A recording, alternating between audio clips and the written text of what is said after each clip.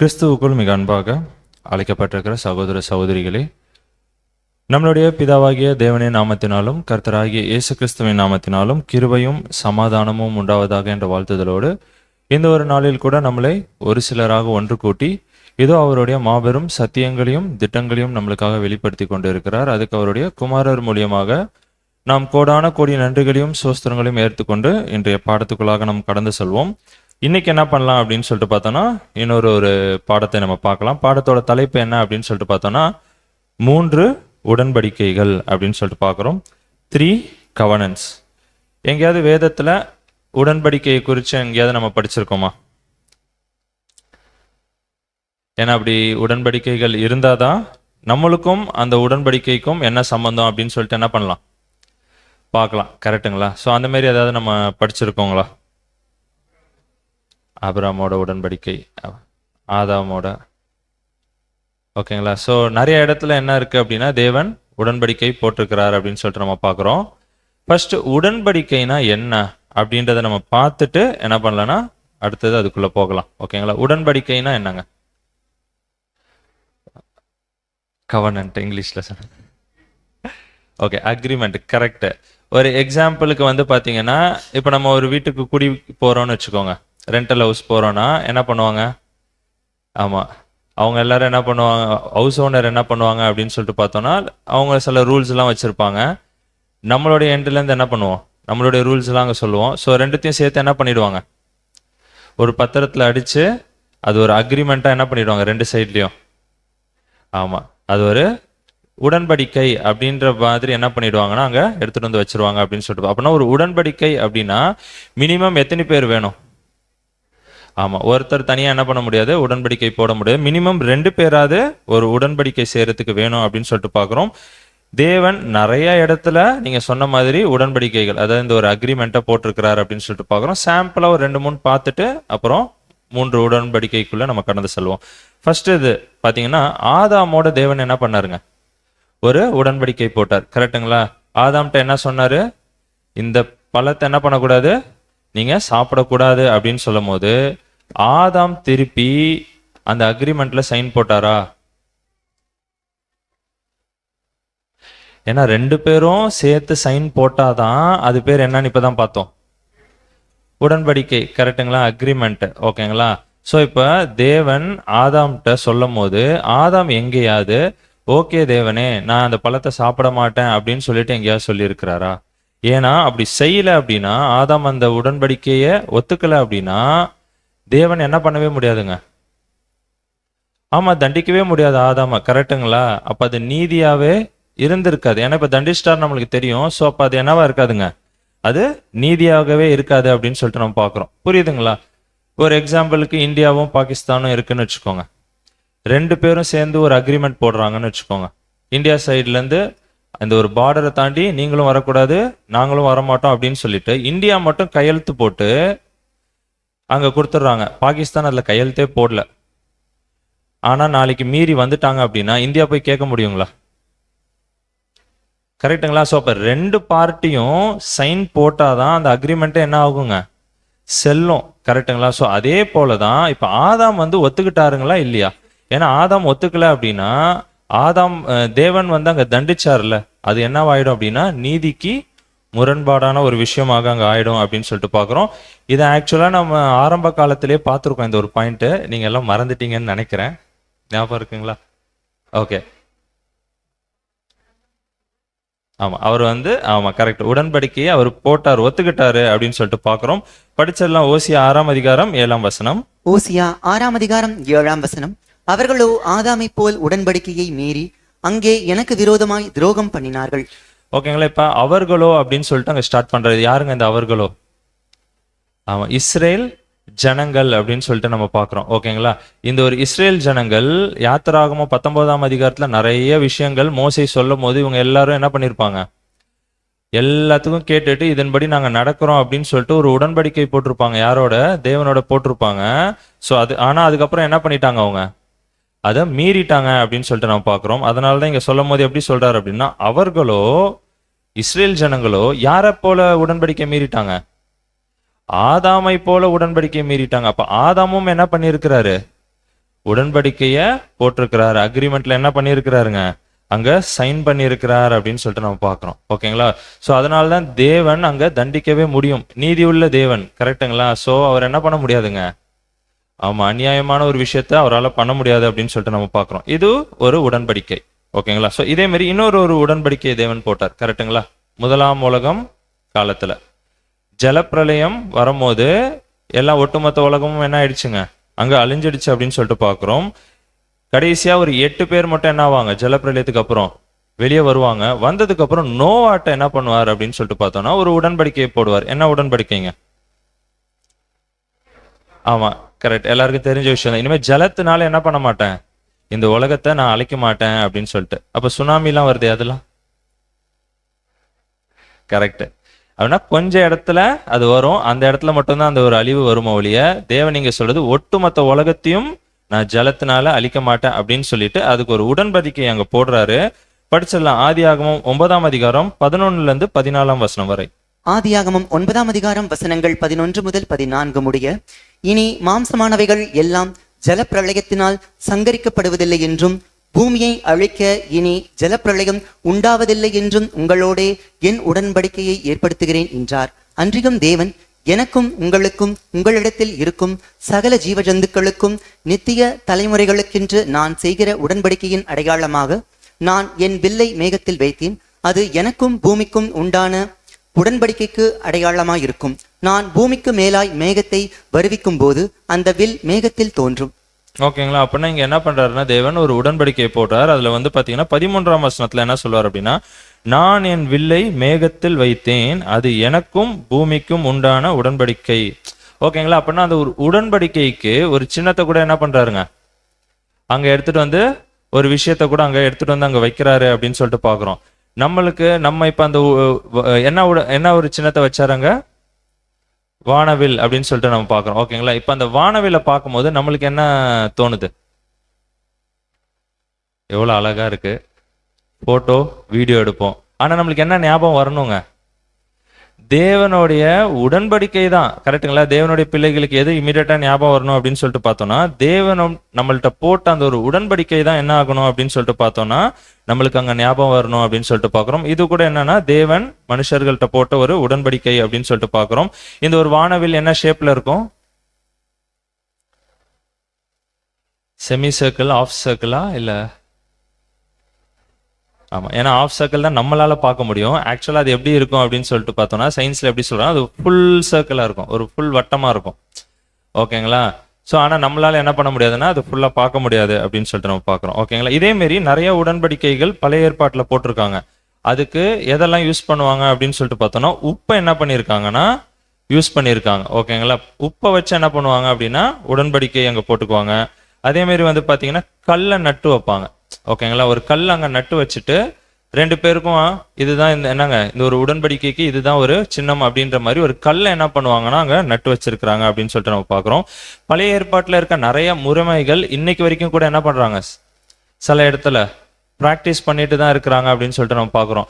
ஆசாரிப்பு கூடாரம் பார்த்துருக்குறோம்ல, அதுல என்னென்ன இருக்குன்ட்டு இன்னைக்கு கூட வந்து சில கோயில்ல எல்லாம் பார்த்தோம்னா அதே மாதிரியே இருக்கும். பார்த்துருக்கீங்களா? பலிபீடம், தண்ணீர் தொட்டி. ஓகேங்களா? ஸோ அதே மாதிரி பழைய ஏற்பாட்டில் இருக்க நிறைய விஷயங்களை இன்னைக்கு கூட என்ன பண்ணிட்டு இருப்பாங்க அப்படின்னு சொல்லிட்டு பார்த்தோம்னா யூஸ் பண்ணிட்டு இருப்பாங்க அப்படின்னு சொல்லிட்டு பார்க்குறோம். ஸோ அதே மாதிரி இன்னொரு மேரேஜ்ன்னு வச்சுக்கலாம். அதுக்கு என்ன பண்ணுவாங்க, ஒரு சின்னம் வச்சிருப்பாங்க. என்னங்க, அந்த ஒரு மேரேஜ் உடன்படிக்கை அந்த ஒரு கவர்னட்டுக்குள்ள போகும்போது என்ன பண்ணுவாங்க, ரிங் என்ன பண்ணிக்குவாங்க, மாத்திக்குவாங்க அப்படின்னு சொல்லிட்டு நம்ம பார்க்குறோம். ஸோ இந்த மாதிரி ஒவ்வொரு உடன்படிக்கைக்கும் ஒவ்வொரு விதமான சின்னத்தை என்ன பண்ணிக்குவாங்கன்னா அங்கே வச்சிருப்பாங்க அப்படின்னு சொல்லிட்டு நம்ம பார்க்குறோம். இந்த ரிங்கு கூட வந்து பார்த்தீங்கன்னா எப்படி இருக்கும்னா ரவுண்டு ஷேப்பாக இருக்கும். ஓகேங்களா? உலகத்தில் முக்கால்வாசி எல்லா இடத்துலையும் என்ன தான் பண்ணிக்கிறாங்க, மோதிரம் தான் மாற்றிக்குவாங்க. கரெக்டுங்களா? இந்தியாவுடைய கலாச்சாரம் தாலி கட்டுவாங்க, அது கூட என்ன ஷேப்பில் தான் இருக்கும். ஓகேங்களா? ரவுண்டு ஷேப் தான். அப்படின்னா இந்த ரவுண்டு ஷேப் எதை அடையாளப்படுத்துது அப்படின்னு சொல்லிட்டு பார்த்தோம்னா ஒரு எண்ட்லெஸ் ரிலேஷன்ஷிப். அதுக்கு ஒரு முடிவே இருக்காது. ஒரு இடத்துல தொடங்குச்சுன்னா அது என்ன ஆகிட்டே இருக்கும், போயிட்டே இருக்கும். ஸோ அதனால தான் வந்து பார்த்தீங்கன்னா சில உடன்படிக்கைக்கு இந்த மாதிரி ஒரு வட்டத்தை என்ன பண்ணுவாங்க அப்படின்னு சொல்லிட்டு பார்த்தோம்னா அங்கே அடையாளமாக அங்கே வச்சிருப்பாங்க அப்படின்னு சொல்லிட்டு நம்ம பார்க்கணும். ஸோ இந்த மாதிரி பழைய ஏற்பாட்டில் நிறைய உடன்படிக்கைகள் இருந்தது. தேவனும் என்ன பண்ணாரு அப்படின்னு சொல்லிட்டு பார்த்தோம்னா நிறைய உடன்படிக்கையில போட்டிருந்தாரு அப்படின்னு சொல்லிட்டு நம்ம பார்க்கிறோம். இப்ப நம்ம என்ன பண்ணலாம் அப்படின்னு சொல்லிட்டு பார்த்தோம்னா இந்த ஒரு 3 உடன்படிக்கைகளை குறித்து என்ன பண்ணலாம்னா பார்க்க ஆரம்பிக்கலாம். ஆதாம்கிட்ட தேவன் என்ன பண்ணார்னா ஒரு விஷயத்தை எதிர்பார்த்தார். ஓகேங்களா? என்ன விஷயம் எதிர்பார்த்தாருங்க? கீழ்ப்படிதல். ஆனா அது அவர்கிட்ட கிடைக்காததுனால இப்ப யார்கிட்ட போயிட்டார் அப்படின்னு சொல்லிட்டு நம்ம பாக்குறோம்னா ஆபிரஹாம்கிட்ட அங்க போயிட்டார் அப்படின்னு சொல்லிட்டு பாக்குறோம். இங்க இருந்தா என்ன பண்றார் அப்படின்னு சொல்லிட்டு பார்த்தோம்னா அவருடைய உடன்படிக்கையை ஆரம்பிக்கிறார் அப்படின்னு சொல்லிட்டு பார்க்கலாம். படிக்கலாம். ஆதியாகமம் 12ஆம் அதிகாரம் 1 வசனம். ஆதியாகமம் 12ஆம் அதிகாரம் 1ஆம் வசனம். கர்த்தர் ஆபிராமை நோக்கி, நீ உன் தேசத்தையும் உன் இனத்தையும் உன் தகப்பனுடைய வீட்டையும் விட்டு புறப்பட்டு நான் உனக்கு காண்பிக்கும் தேசத்துக்கு போ. ஓகேங்களா? நீ உன் தேசத்தையும் உன் இனத்தையும் உன் தகப்பன் வீட்டையும் விட்டு நீ என்ன பண்ணுப்பா? உடனே புறப்பட்டு போ. எங்கனே சொல்லல. ஓகேங்களா? நான் காண்பிக்கும் தேசத்துக்கு நீ என்ன பண்ணிடு, அங்க போயிடு அப்படின்னு சொன்னாரு. உடனே ஆபிரகாம் என்ன பண்ணிட்டாருங்க? கிளம்பி போயிட்டாரு. கரெக்டுங்களா? நம்மள எத்தனை பேர் போக ரெடியா இருப்போம்? இல்ல லிட்டரலா தேவன் வந்து நேராலாம் பேச வாய்ப்பு இல்லை சொல்றேன்.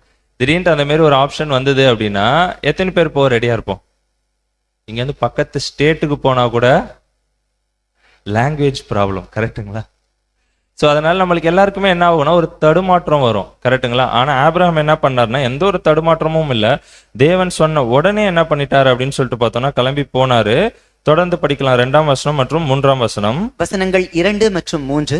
நான் உன்னை பெரிய ஜாதியாக்கி உன்னை ஆசீர்வதித்து உன் பேரை பெருமைப்படுத்துவேன். நீ ஆசீர்வாதமாய் இருப்பாய். உன்னை ஆசீர்வதிக்கிறவர்களை ஆசீர்வதிப்பேன். உன்னை சபிக்கிறவனை சபிப்பேன். பூமியில் உள்ள வம்சங்கள் எல்லாம் உனக்குள் ஆசீர்வதிக்கப்படும் என்றார்.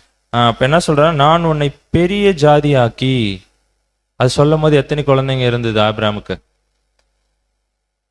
ஓகேங்களா? அப்ப தெரியும். ஆனா அவர் என்ன சொல்றாருன்னா உன்னை பெரிய ஜாதியாக்கி உன்னை ஆசீர்வதித்து உன் பேரை பெருமைப்படுத்துவேன். நீ ஆசீர்வாதமாய் இருப்பாய். உன்னை யார் யாரெல்லாம் ஆசீர்வதிக்கிறாங்களோ அவங்கள என்ன பண்ணுவேன்?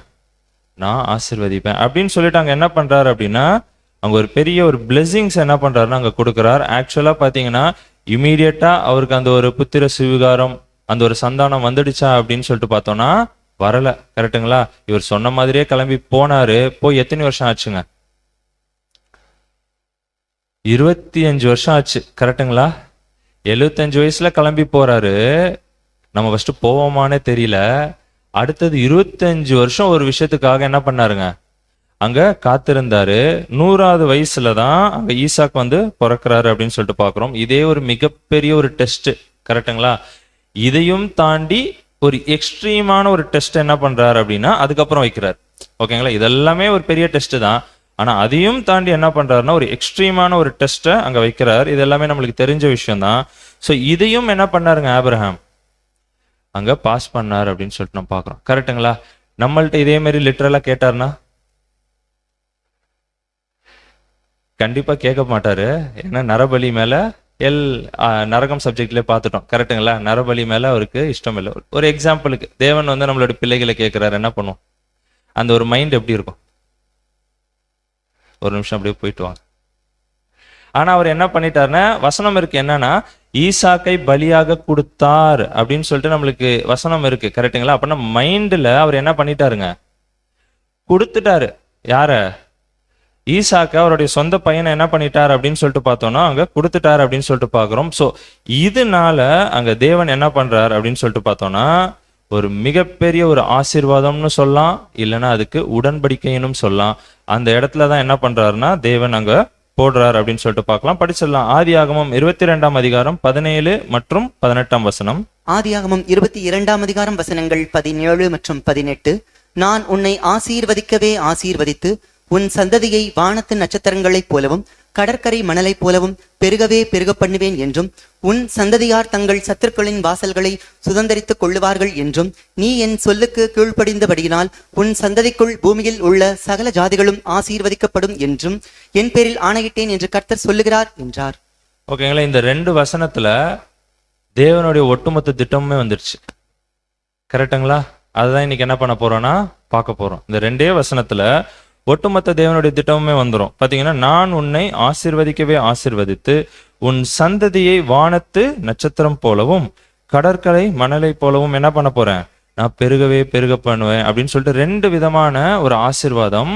அதை நம்ம எப்படின்னு சொல்லலாம்னா ஒரு உடன்படிக்கையை என்ன பண்றாரு அப்படின்னா அங்க போடுறாரு அப்படின்னு சொல்லிட்டு பாக்குறோம். இதுக்கப்புறம் இவருடைய சந்ததி தான் என்ன பண்ண போகுது, இதை பெற்றுக்கொள்ள போகுது அப்படின்னு சொல்லிட்டு பாக்குறோம். அதுக்கப்புறம் ஈசாக் வராரு, ஏசா யாக்கோப் வராரு, அப்புறம் இஸ்ரேல் ஜனங்கள் வந்துடுறாங்க. ஓகேங்களா? சோ இவங்கள்ட்டையும் அவர் வந்து என்ன சொல்றாரு அப்படின்றதையும் படிச்சிடலாம். அப்போஸ்தலர் 3:25 அப்போஸ்தலர் 3:25 நீங்கள் அந்த தீர்க்கதரிசிகளுக்கு புத்திரராய் இருக்கிறீர்கள். உன் சந்ததியினாலே பூமியில் உள்ள வம்சங்கள் எல்லாம் ஆசீர்வதிக்கப்படும் என்று தேவன் ஆபிரகாமுக்கு சொல்லி நம்முடைய முன்னோர்களோடே பண்ணின உடன்படிக்கைக்கு புத்திரராய் இருக்கிறீர்கள். ஓகேங்களா? அங்க என்ன சொல்ல, உன் சந்ததியினாலே பூமியில் உள்ள வம்சங்கள் எல்லாம் ஆசீர்வதிக்கப்படும் என்று தேவன் ஆபிரகாமுக்கு சொல்லி. ஓகேங்களா? அங்க ஒரு ஆசீர்வாதத்தை ஆதி ஆகமத்துல என்ன பண்ணாருங்க, கொடுத்தாரு. அதை இங்க அப்போஸ்தலர்கள் என்ன பண்றாங்க, ரெக்கார்ட் பண்றாங்க. இந்த மாதிரி ஒரு ஆசீர்வாதம் இருக்கு, ஆபிரகாம்கிட்ட நான் கொடுத்துருக்கேன். அது வெறும் ஆசீர்வாதம் மட்டும் கிடையாது, நம்முடைய முன்னோர்களோட பண்ணின உடன்படிக்கைக்கு நீங்க எல்லாம் எப்படி இருக்கீங்க, புத்திரரா இருக்கீங்க. யாருன்னா இஸ்ரேல் ஜனங்கள் அப்படின்னு சொல்லிட்டு நம்ம பார்க்கிறோம். ஓகேங்களா? அப்படின்னா அது ஒரு உடன்படிக்கை. அந்த உடன்படிக்கை யாரோடையும் போட்டிருக்கிறாரு, இஸ்ரேல் ஜனங்களோடையும் அங்க போட்டிருக்கிறாரு அப்படின்னு சொல்லிட்டு நம்ம பார்க்கிறோம். ஆனா இஸ்ரேல் ஜனங்கள் எப்படி இருந்தாங்க, அதுக்கு உண்மையா இருந்தாங்களா அப்படின்னு சொல்லிட்டு பார்த்தோம்னா கண்டிப்பா கிடையாது, நம்மளுக்கே தெரியும். ஓகேங்களா? தொடர்ந்து படிக்கலாம் பாருங்க. அப்போஸ்தலர் 13:26. அப்போஸ்தலருடைய நடபடிகள் 13:26.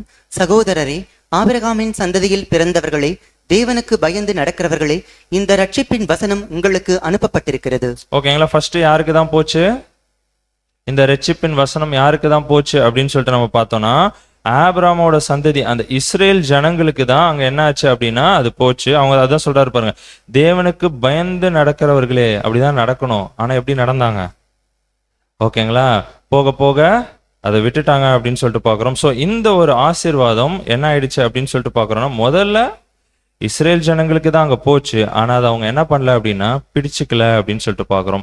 அவங்க பிடிக்காததுனால அது எங்க போயிடுச்சு அப்படின்னு சொல்லிட்டு பார்த்தோம்னா புற ஜாதிகளுக்கு அங்க போயிடுச்சு. அப்ப புற ஜாதிகள் அந்த நேரத்துல எந்த நிலைமையில இருந்தாங்க அப்படின்னா படிக்கலாம் பாருங்க. எபேசியர் 2:12. எபேசியர் 2:12. அக்காலத்திலே கிறிஸ்துவை சேராதவர்களும் இஸ்ரேலுடைய காணியாட்சிக்கு புறம்பானவர்களும் வாக்குத்தத்தத்தின் உடன்படிக்கைகளுக்கு அந்நியரும் நம்பிக்கை இல்லாதவர்களும் இவ்வுலகத்தில் தேவன் அற்றவர்களுமாய் இருந்தீர்கள் என்று நினைத்துக் கொள்ளுங்கள். ஓகேங்களா? நம்மளுடைய நிலைமை, புறஜாதிகளுடைய நிலைமை எப்படி இருக்கு அப்படின்னா அப்போஸ்தலனாகிய பவுல் எழுதுறார், அக்காலத்திலே கிறிஸ்துவை சேராதவர்களும் இஸ்ரேலுடைய காணி ஆட்சிக்கு புறம்பானவர்களும். ஓகேங்களா? அந்த ஒரு இஸ்ரேலுக்கு கொடுத்த எந்த ஒரு ஆசீர்வாதத்திலையும் நம்மளுக்கு என்ன இல்லைங்க, அங்க பங்கு இல்லை அப்படின்னு சொல்லிட்டு பாக்குறோம். அதான் வாக்கு தத்தத்தின் உடன்படிக்கைக்கு அந்நியரும். ஓகேங்களா? தேர்ட் பர்சன் யாரு அப்படின்னா நம்ம புறஜாதிகள் அப்படின்னு சொல்லிட்டு பாக்குறோம். அதுதான் அங்க சொல்ல வாக்கு தத்தம் அங்க போட்டார்ல ஆபிரகாமோட அந்த ஒரு வாக்கு தத்தத்தின் உடன்படிக்கைக்கு நம்மளுக்கும் சம்பந்தமே கிடையாது. நம்பிக்கை இல்லாதவர்களும் இவ்வுலகத்தில் தேவனற்றவர்களாய் இருந்தோம். தேவனற்றவர்கள்னா அப்பா பேர் தெரியாதவர்களா புறஜாதிகள் என்ன பண்ணிருக்கோம், அங்க இருந்திருக்கோம். கரெக்டுங்களா?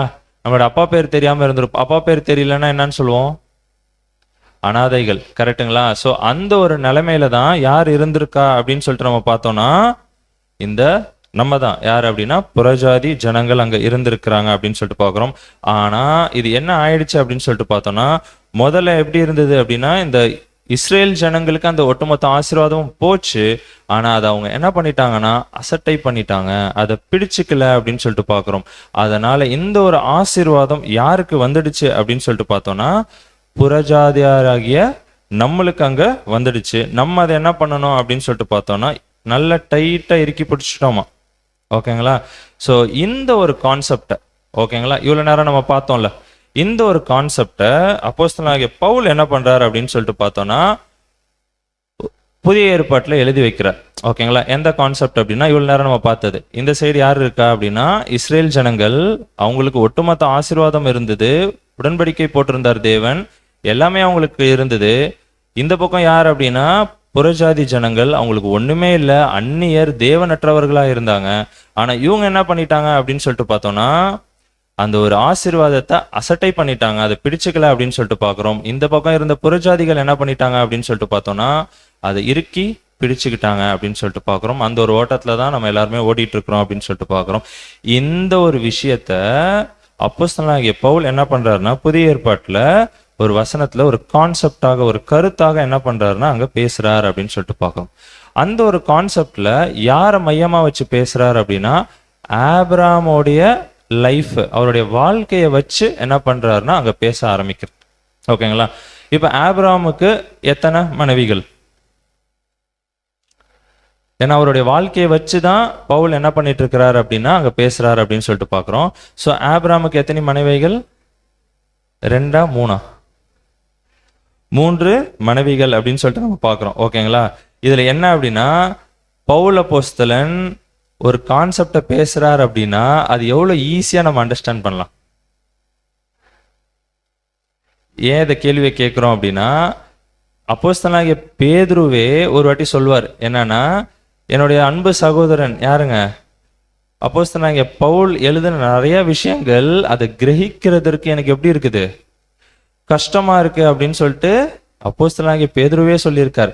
அப்ப பவுல் பேசின அந்த ஒரு விஷயம் எவ்வளவு ஈஸியா இருக்கும் நம்ம அண்டர்ஸ்டாண்ட் பண்றது அப்படின்றத நம்ம பார்க்கணும். அதனாலதான் இப்ப எதுக்கு இந்த ஒரு பாயிண்ட சொல்றோம் அப்படின்னா இதுக்கப்புறம் இந்த ஒரு சப்ஜெக்ட் எப்படி போகும்னா கொஞ்சம் நம்ம நல்லா கவனிச்சாதான் இந்த ஒரு பாயிண்ட்ஸ் எல்லாமே நம்மளுக்கு புரியும் அப்படின்னு சொல்லிட்டு நம்ம பார்க்குறோம். ஓகேங்களா? இப்ப ஆபிரகாம் எடுத்துக்கலாம். ஆபிரகாமுக்கு எத்தனை மனைவிகள் அப்படின்னு சொல்லிட்டு பார்த்தோம்னா 3 மனைவிகள். இப்ப நம்ம என்ன பண்ண போறோம்னா ஃபர்ஸ்ட் 2 மனைவிகளை மட்டும் பார்க்க போறோம். அதுக்கப்புறம் என்ன பண்ணலாம்னா கடைசியா 3வது மனைவியை குறித்து நம்ம பார்க்கலாம். முதல் மனைவி யார் அப்படின்னா சாராள் அப்படின்னு சொல்லிட்டு பார்க்குறோம். அடுத்த மனைவி யார் அப்படின்னு சொல்லிட்டு பார்த்தோம்னா எகிப்தியலாகிய எகிப்து தேசத்துல இருந்து வந்த ஆகார் அப்படின்னு சொல்லிட்டு பார்க்குறோம். சாராளுக்கு பிள்ளை இல்லை அப்படின்றதுனால ஆகாருக்கு என்ன ஆகுதுங்க, ஃபர்ஸ்ட் ஒரு பையன் பிறக்கிறார் அப்படின்னா இஸ்மவேல் அங்க வரார் அப்படின்னு சொல்லிட்டு நம்ம பார்க்குறோம். அதுக்கப்புறம் யார் வந்து பிறக்கிறா அப்படின்னா ஈசாக்கு அங்க வந்து பிறக்கிறார் அப்படின்னு சொல்லிட்டு பார்க்குறோம். இதெல்லாம் ஏறக்குறைய 2500 வருஷத்துக்கு முன்னாடி நடந்த விஷயங்கள். ஓகேங்களா? இதை பேஸ் பண்ணி இப்ப என்ன பண்ண போறோம்னா அப்போஸ்தலனாகிய பவுல் எழுதின ஒரு விஷயத்தை தான் என்ன பண்ண போறோம்னா பார்க்க போறோம். படிச்சிடலாம். கலாத்தியர் 4ஆம் அதிகாரம் 22 மற்றும் 23ஆம் வசனம். கலாத்தியர் 4ஆம் அதிகாரம் வசனங்கள் 22 மற்றும் 23. ஆபிரகாமுக்கு 2 குமாரர் இருந்தார்கள் என்று எழுதியிருக்கிறது. ஓகேங்களா? ஆபிரகாமுக்கு 2 குமாரர்கள் இருந்தார்கள் என்று எழுதி இருக்கிறது. யார் யாருங்க 2 குமாரர்கள்? ஈசாக்கும் இஸ்மவேலும் அப்படின்னு சொல்லிட்டு நம்ம பார்க்கிறோம். படிக்கலாம் பிரதர். ஒருவன் அடிமையானவளிடத்தில் பிறந்தவன். ஓகேங்களா? ஒருத்தர் என்ன பண்ணிருக்கிறாங்க, அடிமையான இடத்தில் பிறந்தவர். யாருங்க அது? ஓகேங்களா? அடிமையான ஸ்திரீ யாரு அப்படின்னா ஆகார் அப்படின்னு சொல்லிட்டு நம்ம பார்க்கிறோம். தொடர்ந்து படிக்கலாம். ஒருவன் சுயாதீனம் உள்ளவளிடத்தில் பிறந்தவன். ஓகேங்களா? இன்னொருத்தர் எப்படி பிறந்திருக்கிறாருன்னா சுயாதீனம் உள்ளவரிடத்தில் பிறந்திருக்கிறாரு அப்படின்னு சொல்லிட்டு நம்ம பார்க்கலாம். படிக்கலாம். அடிமையானவளிடத்தில் பிறந்தவன் மாம்சத்தின்படி பிறந்தான், சுயாதீனம் உள்ளவளிடத்தில் பிறந்தவன் வாக்கு தத்தத்தின்படி பிறந்தான். ஓகேங்களா? அப்ப 2 விஷயம் இருக்கு. என்ன அப்படின்னு சொல்லிட்டு பார்த்தோம்னா ஒன்னு அடிமைத்தனம். ஓகேங்களா? அது வழியா யார் பிறந்தது அப்படின்னு சொல்லிட்டு நம்ம பார்த்தோம்னா இஸ்மவேலு யாருக்கு பிறந்தார் அப்படின்னு சொல்லிட்டு பார்த்தோம்னா ஆகாருக்கு அங்க பிறந்தார் அப்படின்னு சொல்லிட்டு பார்க்கிறோம். இன்னொரு விஷயம் என்ன அப்படின்னா சுயாதீனம். ஓகேங்களா? சுயாதீனம் உள்ளவரிடத்தில் யாருங்க அது? சாரா. ஓகேங்களா? அவங்கள்ட்ட பிறந்தவங்க யாரு அப்படின்னு சொல்லிட்டு பார்த்தோம்னா ஈசாக்கு அப்படின்னு சொல்லிட்டு பார்க்கிறோம். இவங்க எப்படி பிறந்தாங்க அப்படின்னா வாக்கு தத்தத்தின்படி அங்க பிறந்தாங்க அப்படின்னு சொல்லிட்டு பார்க்கிறோம். ஓகேங்களா? அப்ப ஆகார் இஸ்மவேலு இவங்க எதுல வராங்க அப்படின்னா அடிமைத்தனத்துக்குள்ளாக அங்க வராங்க அப்படின்னு சொல்லிட்டு பார்க்கிறோம். இந்த சைடு சாரா ஈசாக்கு சுயாதீன ஒரு விஷயம் பாத்தீங்கன்னா வாக்கு தத்தத்தின்படி. ஏன்னா ஆபிரகாம்கிட்ட என்ன வாக்கு தத்தம் கொடுத்தாருங்க?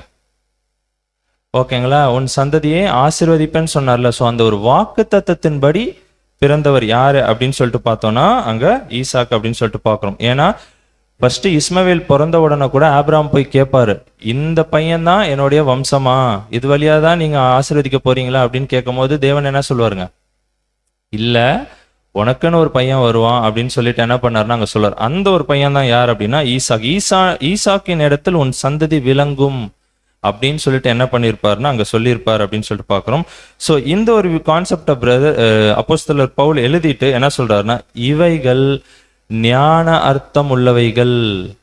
ஓகேங்களா? இதை எழுதிட்டு என்ன சொல்றாருன்னா இதுக்குள்ள என்ன இருக்கா, ஒரு ஞான அர்த்தம் இருக்கு அப்படின்னு சொல்றாரு. படிச்சிடலாம். தொடர்ந்து 24 மற்றும் 25ஆம் வசனம். வசனங்கள் 24 மற்றும் 25. இவைகள் ஞான அர்த்தம் உள்ளவைகள், அந்த ஸ்திரீகள் 2 ஏற்பாடுகளாம். ஓகேங்களா? அந்த ஸ்திரீகள் யாருங்க? 2 ஸ்திரீகள் பார்த்தோம், கரெக்டுங்களா? யார் யாரு? ஆமா, ஆகார் ஒண்ணு, இன்னொன்னு சாராள் ஒண்ணு அப்படின்னு சொல்லிட்டு பார்த்தோம். 2 பேரும் 2 ஏற்பாடுகளாம். 2 ஏற்பாடுனா நம்மளுக்கு உடனே என்ன ஞாபகம் வரும்? பழைய ஏற்பாடு, புதிய ஏற்பாடு அப்படியும் நம்ம எடுத்துக்கலாம். ஆனா அது இங்க அப்படி வராது, நம்ம பார்க்கலாம் என்ன வருதுன்னு. ஓகேங்களா? 2 ஏற்பாடுங்களாம். அதுல ஒண்ணு எங்க வருது அப்படின்னா படிக்கலாம் பாருங்க. ஒன்று சீனாய் மலையில் உண்டான ஏற்பாடு, அது அடிமைத்தனத்திற்குள்ளாக பிழை பெறுகிறது. ஓகேங்களா? ஒண்ணு என்ன ஆகுதுன்னா சீனாய் மலையில என்ன ஆச்சுன்னா அது உண்டாச்சு அப்படின்னு சொல்லிட்டு போகும். சீனாய் மலையில என்ன உண்டாச்சு? நியாயப்பிரமாண கட்டளைகளை தேவன் என்ன பண்ணாருங்க அங்க கொடுத்தாரு அப்படின்னு சொல்லிட்டு பாக்குறோம். சோ அங்கதான் என்ன ஆகுது அப்படின்னா ஒரு ஏற்பாடு, ஓகேங்களா, ஒரு திட்டம் என்ன ஆகுதுன்னா அங்க ஸ்டார்ட் ஆகுது. அது எப்படி இருக்கான்? அது அடிமைத்தனத்திற்கு உள்ளாக பிள்ளை பெற்றது. அது ஆகார் என்பவள் தானே. சோ ஆகார் நியாயப்பிரமாணம், அடிமைத்தனம். ஓகேங்களா? இப்ப ஏன் அது அடிமைத்தனம்னு சொல்றாங்க? இந்த ஒரு நியாயப்பிரமாண கட்டளைக்குள்ளதான் வருது. ஏன் இதை அடிமைத்தனம்னு சொல்றாங்க? ஏன்னா ஒரு யூதரா ஒருத்தர் பிறந்துட்டா என்ன பண்ணியே ஆகணும்?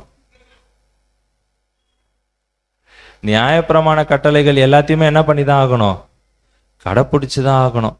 யூதனா பிறந்துட்டு நான் இதை கடைப்பிடிக்க மாட்டேன்னு யாருமே என்ன பண்ண முடியாது, யூதர்கள் சொல்லவே முடியாது. சோ இது அவங்களுக்கு எப்படி ஆயிடுச்சு அப்படின்னு சொல்லிட்டு பார்த்தோம்னா ஒரு அடிமைத்தனத்திற்குள்ளாக எடுத்துட்டு போயிடுச்சு அப்படின்னு சொல்லிட்டு நம்ம பார்க்கிறோம். தொடர்ந்து படிக்கலாம். 25ஆம் வசனம். 25ஆம் வசனம். ஆகார் என்பது அரபி தேசத்தில் உள்ள சீனாய் மலை. அந்த ஆகார் இப்பொழுது இருக்கிற எருசலேமுக்கு சரி, இவள் தன் பிள்ளைகளோட கூட அடிமைப்பட்டிருக்கிறாளே. ஓகேங்களா? இப்ப அடுத்தது என்ன சொல்றாரு அப்படின்னு சொல்லிட்டு பார்த்தோம்னா அந்த ஆகார் இப்பொழுது இருக்கிற எருசலேமுக்கு சரி அப்படின்னு சொல்லிட்டு சொல்றாரு. ஓகேங்களா? இதை எப்ப எழுதிட்டு இருக்கிறாரு அப்போஸ்தலனாகிய பவுல்? 1st செஞ்சுரி, கரெக்டுங்களா? 1st AD எழுதிட்டு இருக்கிறாரு. அப்ப எழுதும் போது என்ன சொல்றாருன்னா அந்த ஆகார் இப்பொழுது இருக்கிற எருசலேமுக்கு சரி அப்படின்னு சொல்லிட்டு சொல்றாரு. அப்படின்னா அப்போது இருக்கிற எருசலேம் எதுங்க? அப்ப இருந்த இஸ்ரேல் ஜனங்கள் எங்க வாழ்ந்துட்டு இருந்தாங்களோ அதை குறிச்சு என்ன பண்றாருன்னா அங்க அப்போஸ்தலனாகிய பவுல் அங்க பேசிட்டு இருக்கிறாரு அப்படின்னு சொல்லிட்டு பாக்குறோம். சோ இத ஆவிக்குரிய அர்த்தத்துல எப்படி மேட்ச் பண்றாரு அப்படின்னு சொல்லிட்டு பார்த்தோம்னா ஆகார் அவங்களுக்கு கீழே என்ன வருது அப்படின்னு சொல்லிட்டு பார்த்தோம்னா அடிமைத்தனம் வருது. அந்த ஒரு அடிமைத்தனம் எங்க உண்டாச்சு அப்படின்னு சொல்லிட்டு பார்த்தோம்னா சீனாய் மலையில உண்டான ஒரு விஷயம். அந்த ஒரு நியாயப்பிரமாணம் அப்படின்ற பாக்குறோம். இந்த ஒரு நியாயப்பிரமாண கட்டளைகள் யாருக்கு மட்டும்தான் கொடுக்கப்பட்டது? இஸ்ரேல் ஜனங்களுக்கு மட்டும்தான். ஓகேங்களா? சோ அப்ப அந்த இஸ்ரேல் ஜனங்கள் எல்லாருமே எதுக்குள்ள போயிட்டாங்க அப்படின்னு சொல்லிட்டு பார்த்தோம்னா ஒரு அடிமைத்தனத்திற்குள்ளாக அங்க போயிட்டாங்க அப்படின்னு சொல்லிட்டு பாக்குறோம். அதனாலதான் இங்க சொல்றாரு ஆகார் எதுக்கு ஒப்பிட்டு பேசுறாரு அப்படின்னா எருசலேமுக்கு சரி, இவள் தன் பிள்ளைகளோட அடிமைப்பட்டு இருக்கிறாள்.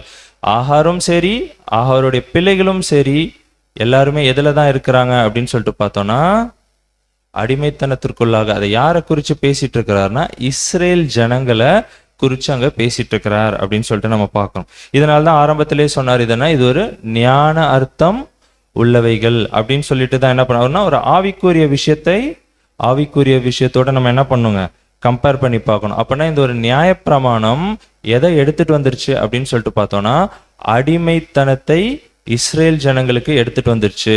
இதை யாரோட கம்பேர் பண்றாரு அப்படின்னா ஆகாரும் அவருடைய பிள்ளைகளோட அங்க என்ன பண்றாருன்னா பவுல் கம்பேர் பண்றாரு அப்படின்னு சொல்லிட்டு பாக்குறோம். இப்ப அடுத்த ஸ்திரீட்ட போறார். 2வது ஒரு ஸ்திரீ படிக்கலாம். தொடர்ந்து 26, 28 மற்றும் 31ஆம் வசனம். வசனங்கள் 26, 28 மற்றும் 31. மேலான எருசலேமோ சுயாதீனம் உள்ளவள், அவளே நம் எல்லாருக்கும் தாயானவள். சகோதரரே, நாம் ஈசாக்கை போல வாக்குத்தத்தத்து பிள்ளைகளாயிருக்கிறோம்.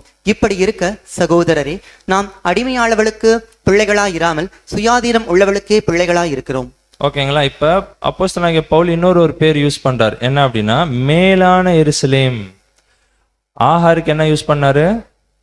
எருசலேம்.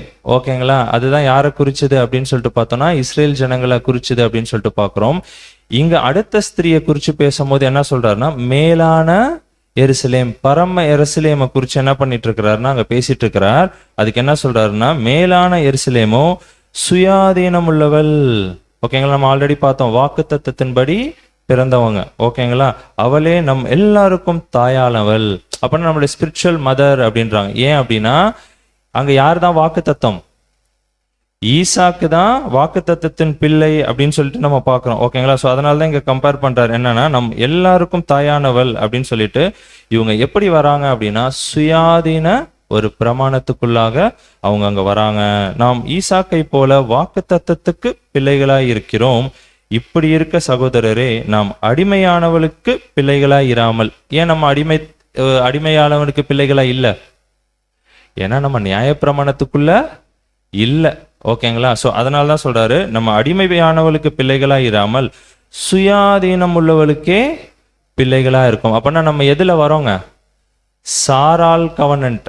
ஓகேங்களா? ஃபர்ஸ்ட் ஒரு கவனன்ட் பார்த்தோம், என்னன்னா ஆஹார் கவனன்ட். ஓகேங்களா? ஆஹார் கவனன்ட் அடிமைத்தனத்திற்குள்ளாக வராங்க. சாரால் கவனன்ட் சுயாதீனத்துக்குள்ளாக வராங்க. அவங்க ஏன் அடிமைத்தனத்துக்குள்ள போனாங்கன்னா, அது எங்க உருவாச்சுன்னு பார்த்தோம், சீனாய் மலையில உருவாச்சு. அங்க என்ன கொடுக்கப்பட்டது அப்படின்னா, நியாயப்பிரமாணம் கொடுக்கப்பட்டது. ஸோ யாருக்கு தான் நியாயப்பிரமாணம் கொடுத்தாருன்னா, இஸ்ரேல் ஜனங்களுக்கு தான் நியாயப்பிரமாணம் கொடுத்தாங்க. ஒருத்தர் யூதராக பிறந்தா கண்டிப்பா என்ன பண்ணணும்? அந்த நியாயப்பிரமாணத்தை கடைபிடிச்சுதான் ஆகணும். ஸோ அந்த ஒரு அடிமைத்தனத்திற்குள்ளாக அங்க போயிட்டாங்க. ஆனா இந்த பக்கம் பார்க்கும்போது, சாரால் கவனன்ட் பார்க்கும்போது என்ன சொல்றாருன்னா, அந்த மாதிரி எந்த ஒரு விஷயமுமே கிடையாது. நம்ம எதுல வரோம் அப்படின்னா, வாக்குத்தத்தத்தின்படி சுயாதீன ஒரு பிரமாணத்திற்குள்ளாக நம்ம அங்க வந்துட்டு இருக்கிறோம் அப்படின்னு சொல்லிட்டு பார்க்கோம். இது ரெண்டுத்துக்கும் என்ன டிஃபரன்ஸுங்க? இங்க வாக்குத்தத்தம் ஒரு இங்க ஒரு அடிமைத்தனம், அந்த பக்கம் சுயாதீனம். ஒரு எக்ஸாம்பிள் சொல்லணும் அப்படின்னா, இன்னைக்கு கிளாஸுக்கு வரணும்னு சொல்லிட்டு யாராவது நம்மளை கட்டாயப்படுத்தினாங்களா? நம்ம எல்லாருமே எதுல வந்திருக்கோம்? சுயாதீனத்தின் மூலமாக நம்ம என்ன பண்ணிருக்கிறோம்? வந்திருக்கிறோம். கரெக்டுங்களா? யாருமே என்ன பண்ணலங்க கட்டாயப்படுத்தி நீங்க கிளாஸுக்கு வந்துதான் ஆகணும்ட்டு யாருமே என்ன பண்ணலங்க அங்க சொல்லல. அதுதான் என்னங்க சுயாதீன பிரமாணம். நம்ம எல்லாருமே எதுக்குள்ள வரோம் அப்படின்னு சொல்லிட்டு பார்த்தோம்னா, சுயாதீன பிரமாணம். ஃபுல் லிபர்ட்டி இருக்கு. தேவனையும் இயேசு கிறிஸ்தையும் ஃபாலோ பண்ணுனா பண்ணலாம், பண்ணாமலும் போகலாம். அங்க என்ன பண்ணிட்டாருங்க, ஒட்டுமொத்தமா நம்மளுக்கு என்ன கொடுத்துட்டாரு அப்படின்னு சொல்லிட்டு பார்த்தோம்னா, ஒரு சுயாதீனத்தை நம்மளுக்கு அங்க கொடுக்குறாரு அப்படின்னு சொல்லிட்டு நம்ம பார்க்குறோம். ஓகேங்களா? ஆனா நம்ம அதை ஃபாலோ பண்றோமா இல்லையான்றதுக்கு ரிசல்ட்ஸ் மாறும். கரெக்டுங்களா?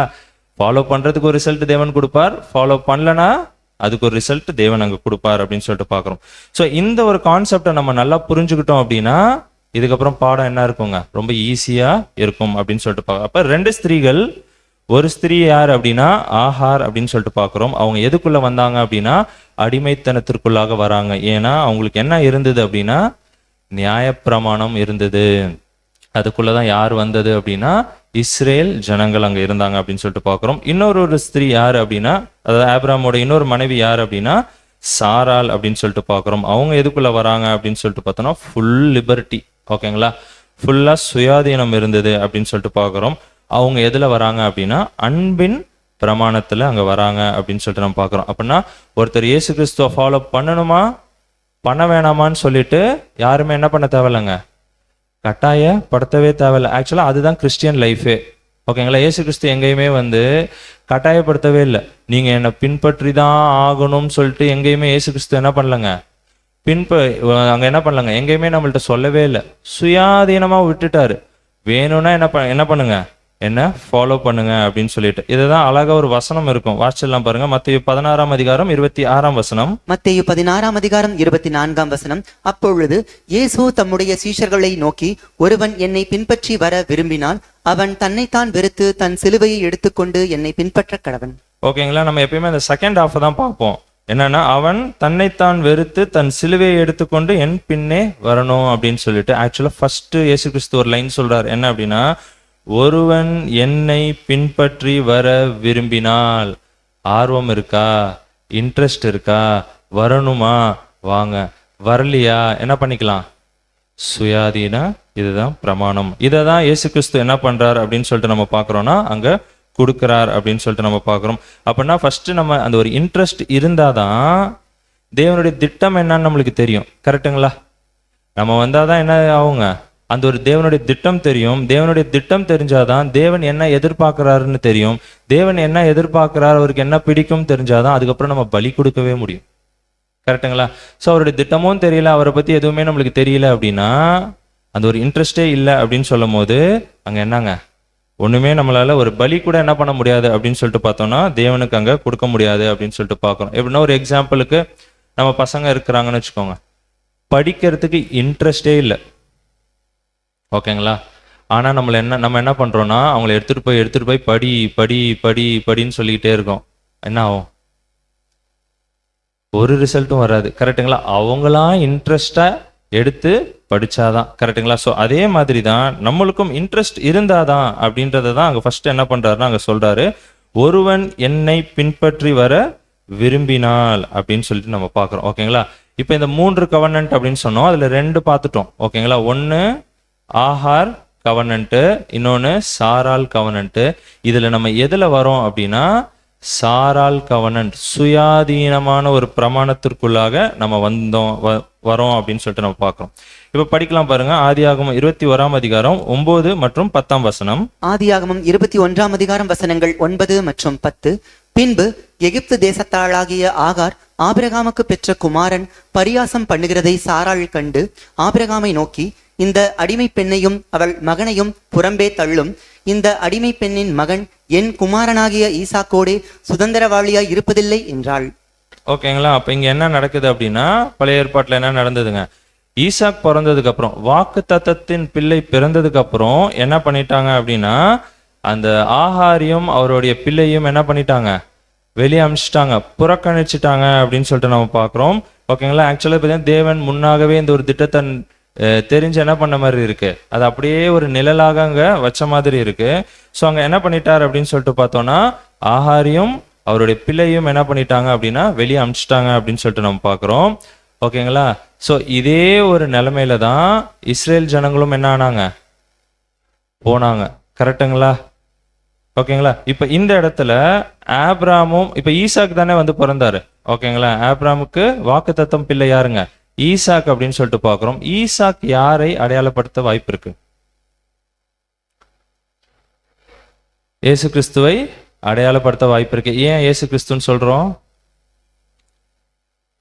ஏன்னா ஆபிரகாம் யாரை அடையாளப்படுத்துறாருன்னு நம்மளுக்கு தெரிஞ்சிருச்சுன்னா ஈசாக்க அழகா நம்ம சொல்லிடலாம். அப்படின்னா தேவன் தன்னுடைய ஒரே பேரான குமாரனை நமக்காக பலியிட்டார் அப்படின்னு சொல்லிட்டு பார்க்குறோம். அங்க எப்படி தேவன் இயேசு கிறிஸ்துவ பலியிட்டாரோ அதே போல ஆபிரகாம் என்ன பண்ணார் அப்படின்னு சொல்லிட்டு பார்த்தோம்னா அவருடைய பிள்ளையை அங்க பலியிட்டார் அப்படின்னு சொல்லிட்டு பார்க்குறோம். ஸோ ஈசாக்கு தான் அங்க என்ன அப்படின்னா வாக்குத்தத்தத்தின் பிள்ளை அப்படின்னு சொல்லிட்டு பார்க்குறோம்.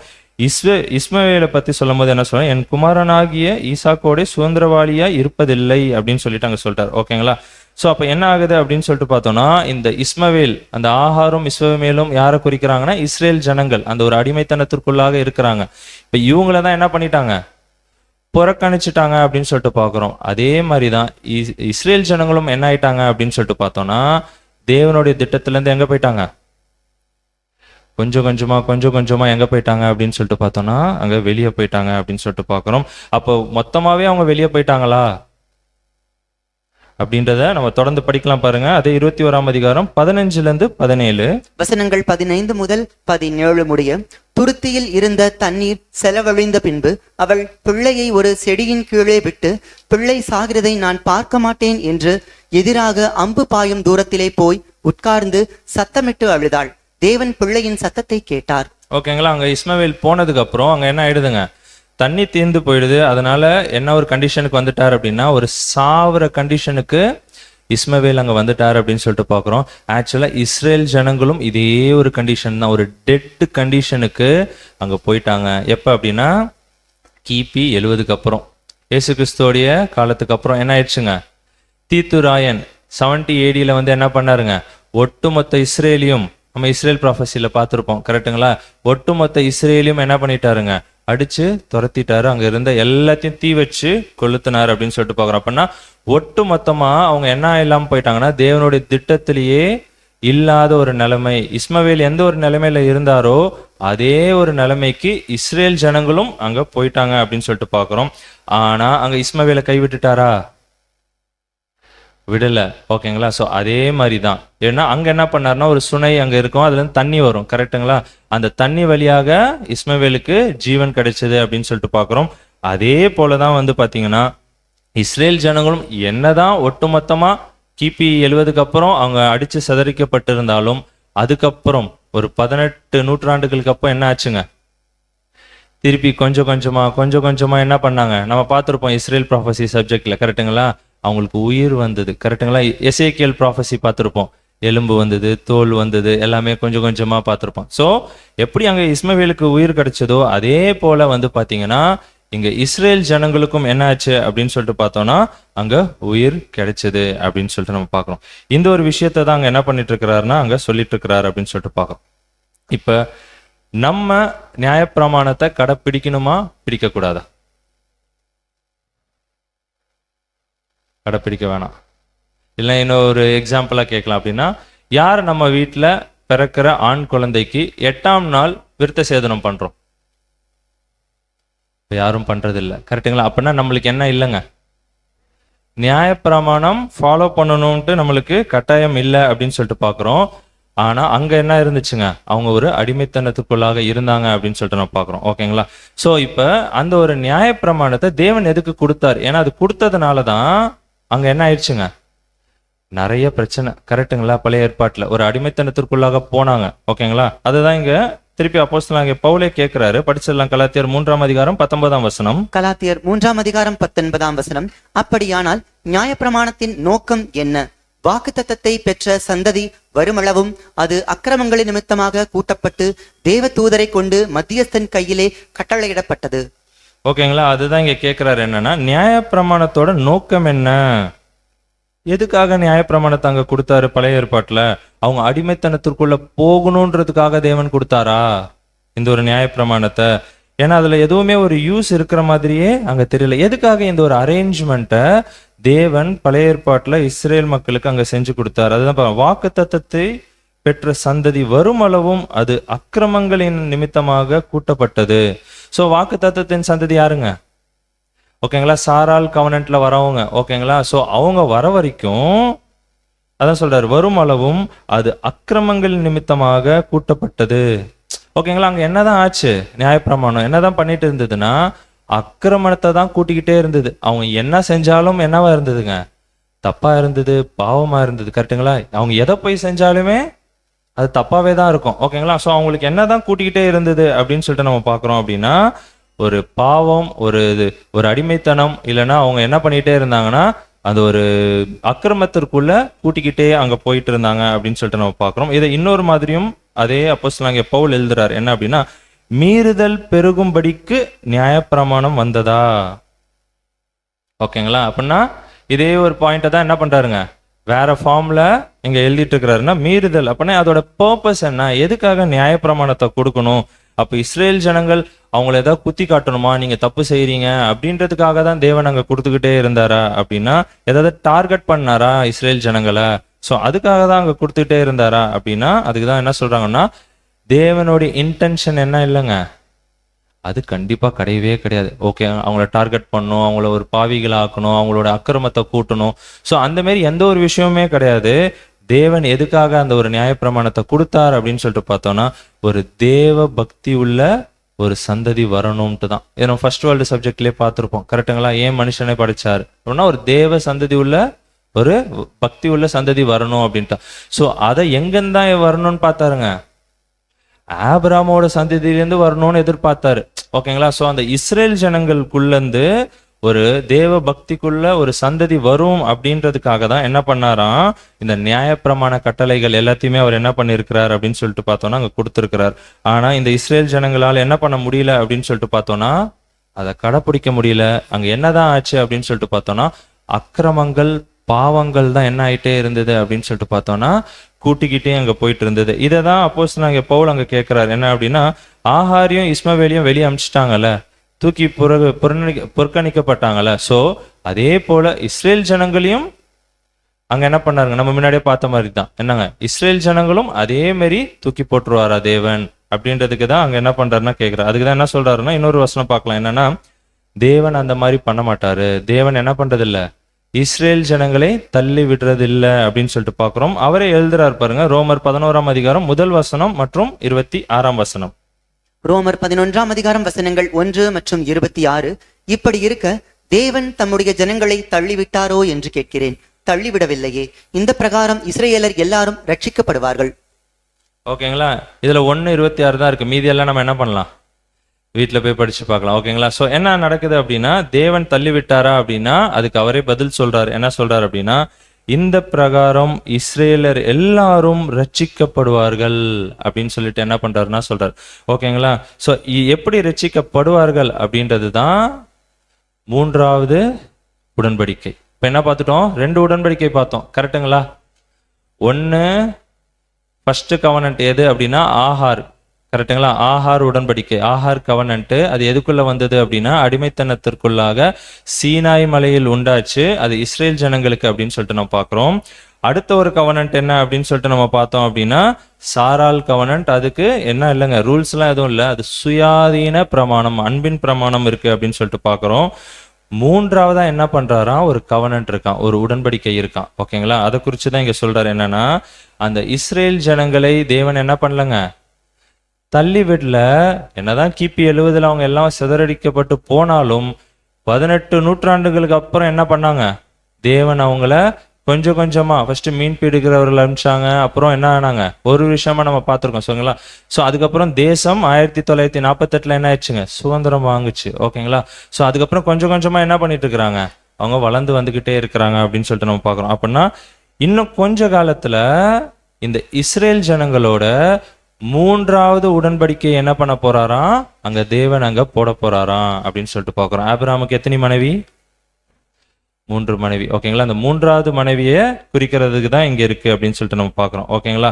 ஸோ அதை குறித்து நம்ம படிக்கலாம் பாருங்க. ஏன்னா இந்த ஒரு உடன்படிக்கை இன்னும் எஸ்டாப்ளிஷ் ஆகலை. ஓகேங்களா? ஸ்தாபிக்கப்படலை. இனிமே ஃபியூச்சர்ல தேவனுடைய ராஜ்யத்துல, இயேசு கிறிஸ்துவோடைய ராஜ்யத்துல என்ன ஆக போகுது அப்படின்னா இந்த ஒரு உடன்படிக்கை போடப்பட போகுது. யாரோட அப்படின்னா இஸ்ரேல் ஜனங்களோட அப்படின்னு சொல்லிட்டு பார்க்குறோம். படிச்சிடலாம். எரேமியா 31 அதிகாரம் 31 மற்றும் 32 வசனம். எரேமியா 31 அதிகாரம் வசனங்கள் 31 மற்றும் 32. இதோ நாட்கள் வரும் என்று கர்த்தர் சொல்லுகிறார், அப்பொழுது இஸ்ரேல் குடும்பத்தோடும் யூதா குடும்பத்தோடும் புது உடன்படிக்கை பண்ணுவேன். என்ன பண்ணுவாராம்? அப்பொழுது இஸ்ரேல் குடும்பத்தோடும் யூதா குடும்பத்தோடும் புது உடன்படிக்கை என்ன பண்ண போறாருங்க? New கவர்னன்ட், 3rd கவர்னன்ட். அதுக்கு என்ன பேருனா புது உடன்படிக்கை. ஓகேங்களா? சோ அந்த ஒரு உடன்படிக்கை பண்ண போறாரு. தொடர்ந்து படிக்கலாம் பிரதர்.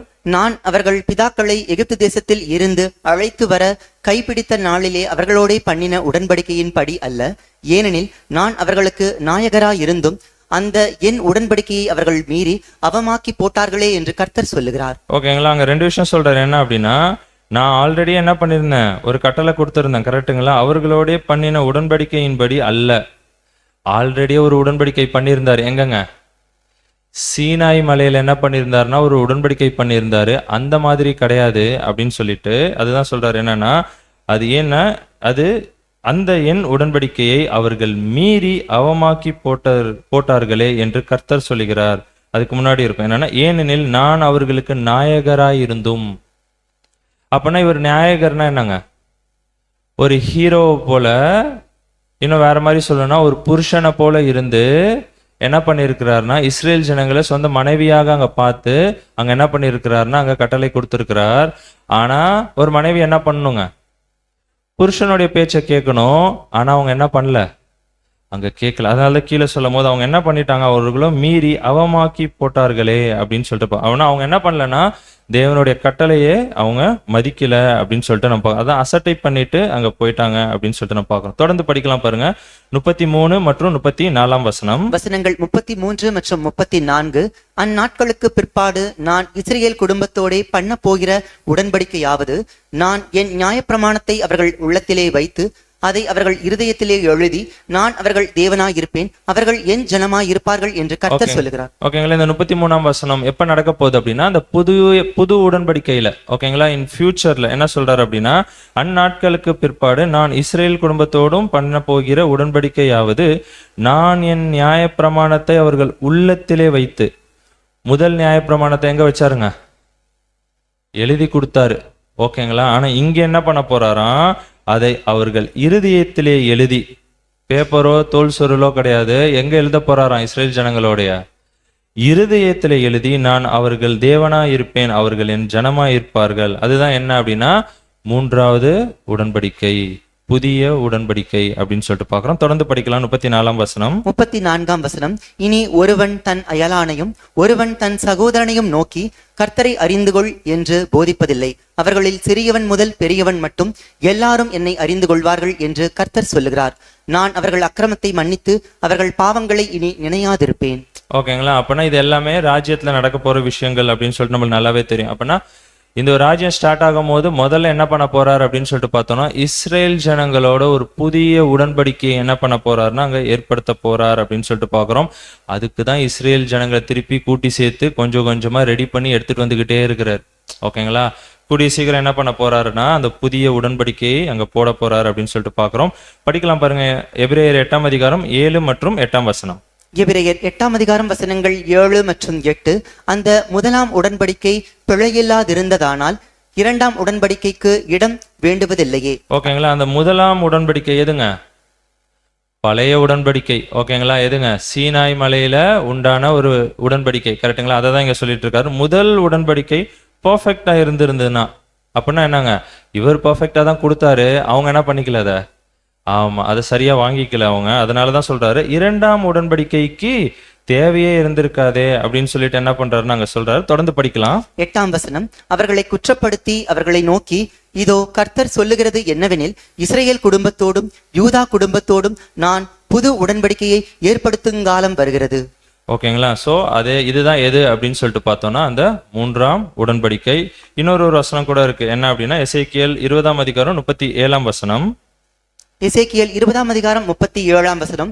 நான் உங்களை கோலின் கீழ் செல்லும்படி செய்து உங்களை உடன்படிக்கையின் கட்டுக்குட்படுத்தி.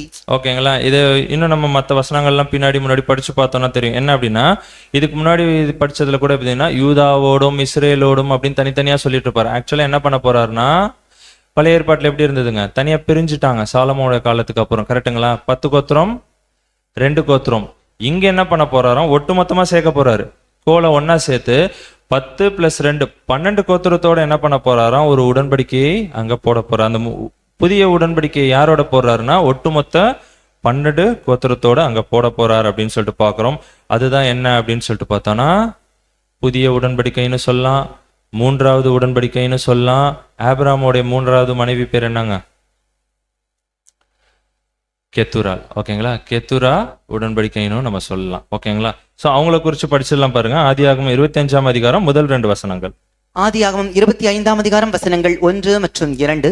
ஆபிரகாம் கேத்தூராள் என்னும் பேர் கொண்ட ஒரு ஸ்திரீயையும் விவாகம் பண்ணியிருந்தான். அவள் அவனுக்கு சிம்ரானையும் யக்ஷானையும் மேதானையும் மீதியானையும் இஸ்பாக்கையும் சூவாகையும் பெற்றாள். ஓகேங்களா? அப்ப அவர் என்ன பண்ணிருக்காரு? மூன்றாவதா ஒரு பெண் என்ன பண்ணிருக்கிறாருன்னா கல்யாணம் பண்ணிருக்கிறாரு. அவங்க வழியாதான் மீதியானர்கள்லாம் கூட என்ன பண்ணிருக்காங்க? மீதியன்ஸ்லாம் அது வழியாதான் வந்திருக்காங்க அப்படின்னு சொல்லிட்டு பாக்குறோம். ஓகேங்களா? சோ இவங்களுடைய பேர்ல தான் அந்த மூன்றாவது கவனன்ட் இருக்கு. ஃபர்ஸ்ட் ஆஹார் கவனன்ட், ரெண்டாவது சாரால் கவனன்ட், மூன்றாவது என்ன அப்படின்னா கெத்துரால் கவனன்ட் அப்படின்னு சொல்லிட்டு பாக்குறோம். இதுதான் அந்த 3 உடன்படிக்கைகள் அப்படின்னு சொல்லிட்டு பாக்குறோம். ஓகேங்களா? சோ இந்த ஒரு விஷயத்த எசேக்கியேல் தீர்க்க தரிசன புஸ்தகத்துல ஒரு உருவகமா என்ன பண்ணிருக்கிறாருன்னா தேவன் அங்க ரெக்கார்ட் பண்ணி வச்சிருக்கிறார். எப்படி அப்படின்னா இந்த ஒரு இஸ்ரேல் தேசம் எப்படி இருந்துதான் ஆரம்பத்துல ஒரு குழந்தைய போல ஒரு தொப்பில் கொடி கூட அருவாம ஒரு தெருவுல கடந்த மாதிரி. ஓகேங்களா? சோ ஒரு உருவகமா என்ன பண்ணிட்டு இருக்கிறாருன்னா அந்த மாதிரி ஒரு அனாதையா இருந்த இந்த ஒரு இஸ்ரேல் ஜனங்களை நான் என்ன பண்ணேன்? எடுத்து அதை வளர்த்தி அதை சீராட்டி என்ன பண்ணேன்? எடுத்துட்டு போய் வச்சா அதுக்கு என்னெல்லாம் கொடுத்துருக்காருங்க? எல்லா விதமான ஆசீர்வாதத்தையும் கொடுத்தாரு. ஓகேங்களா? வானத்து நட்சத்திரத்துக்கு போற ஒரு மாபெரும் வாய்ப்பையும் நான் கொடுத்தேன். ஆனா அவங்க என்ன பண்ணிட்டாங்க? ஆமா, அதை அசட்டை பண்ணிட்டாங்க அப்படின்னு சொல்லிட்டு இந்த ஒரு கான்செப்ட் என்ன பண்ணிட்டாங்க அப்படின்னா இந்த ஒரு கான்செப்ட் என்ன பண்ணிருக்கிறாங்க அப்படின்னா எசேக்கியேல் தீர்க்க தரிசன புஸ்தகத்துல இருக்கு. படிச்சிடலாம் பாருங்க. 16ஆம் அதிகாரம் 53, 60, 63ஆம் வசனங்கள். எசேக்கியேல் 16ஆம் அதிகாரம் வசனங்கள் 53, 60 மற்றும் 63. நான் சோதோமும் அவள் குமாரத்திகளும் சிறையிருக்கிற அவர்களுடைய சிறையிருப்பையும் சமாரியாவும் அவள் குமாரத்திகளும் சிறையிருப்பையும் திருப்பும் போது அவர்கள் நடுவிலே நீ சிறையிருக்கிற உன்னுடைய சிறையிருப்பையும் திருப்புவேன். ஆகிலும் அப்ப என்ன சொல்ற 53ஆம் வசனத்துல ஒரு அடிமைத்தனத்திற்குள்ளாக போயிருந்தாங்க பாபிலோன்ல. கரெக்டுங்களா? புறஜாதி தேசத்துக்குள்ளாக அடிமைத்தனத்திற்குள்ள இருந்தாங்க. அதுல இருந்தெல்லாம் என்ன பண்ணாருங்க தேவன் வெளியே கூட்டிட்டு வந்தார் அப்படின்னு சொல்லிட்டு சொல்றாரு. அதுக்கப்புறம் 60ஆம் வசனம் வாசிக்கலாம். 60ஆம் வசனம், ஆகிலும் உன் இளவயதில் உன்னோடே பண்ணின என் உடன்படிக்கையை நான் நினைத்து நித்திய உடன்படிக்கையை உனக்கு ஏற்படுத்துவேன். ஓகேங்களா, என்ன உன் இள வயதில் ஆரம்ப ஸ்டேஜ்ல உன்னோட நான் என்ன பண்ணப்பா, ஒரு உடன்படிக்கையை உன்னோட நான் என்ன பண்ணேன் நினைச்சேன். சோ ஆனா இப்ப என்ன பண்ணிட்டீங்க, அதை நீங்க அவமாக்கி போட்டதுனால இப்ப நான் என்ன பண்ண போறேன்னா 3வது ஒரு கவனன்ட் வருது. ஓகேங்களா, அதுதான் சொல்றேன், நித்திய உடன்படிக்கையை நான் என்ன பண்ண போறேன் உங்களோட நான் ஏற்படுத்த போறேன் அப்படின்னு சொல்லிட்டு 63ஆம் வசனம் வாசிக்கலாம். 63ஆம் வசனம், நீ செய்த எல்லாவற்றையும் நான் மன்னித்தருளும் போது நீ நினைத்து வெட்கி உன் நாணத்தினால் உன் வாயை இனி திறக்க மாட்டாதிருப்பாய் என்று கர்த்தராகிய ஆண்டவர் உரைக்கிறார் என்று சொல் என்றார். ஓகேங்களா, அப்படின்னா என்ன சொல்ல, நீ இவ்வளோ நாளா எவ்வளவு தவறுகள் செஞ்சுட்டு இருந்த, எவ்வளவு பாவங்கள் செஞ்சுட்டு இருந்த, எவ்வளவு வேசித்தனங்கள் விக்கிரக ஆராதனை எல்லாம் செஞ்சுட்டு இருந்தல்லப்பா, அது எல்லாத்தையும் நான் என்ன பண்ணிட்டேன் மன்னிச்சு உனக்கு நான் இன்னொரு லைஃபை கொடுக்க போறேன்.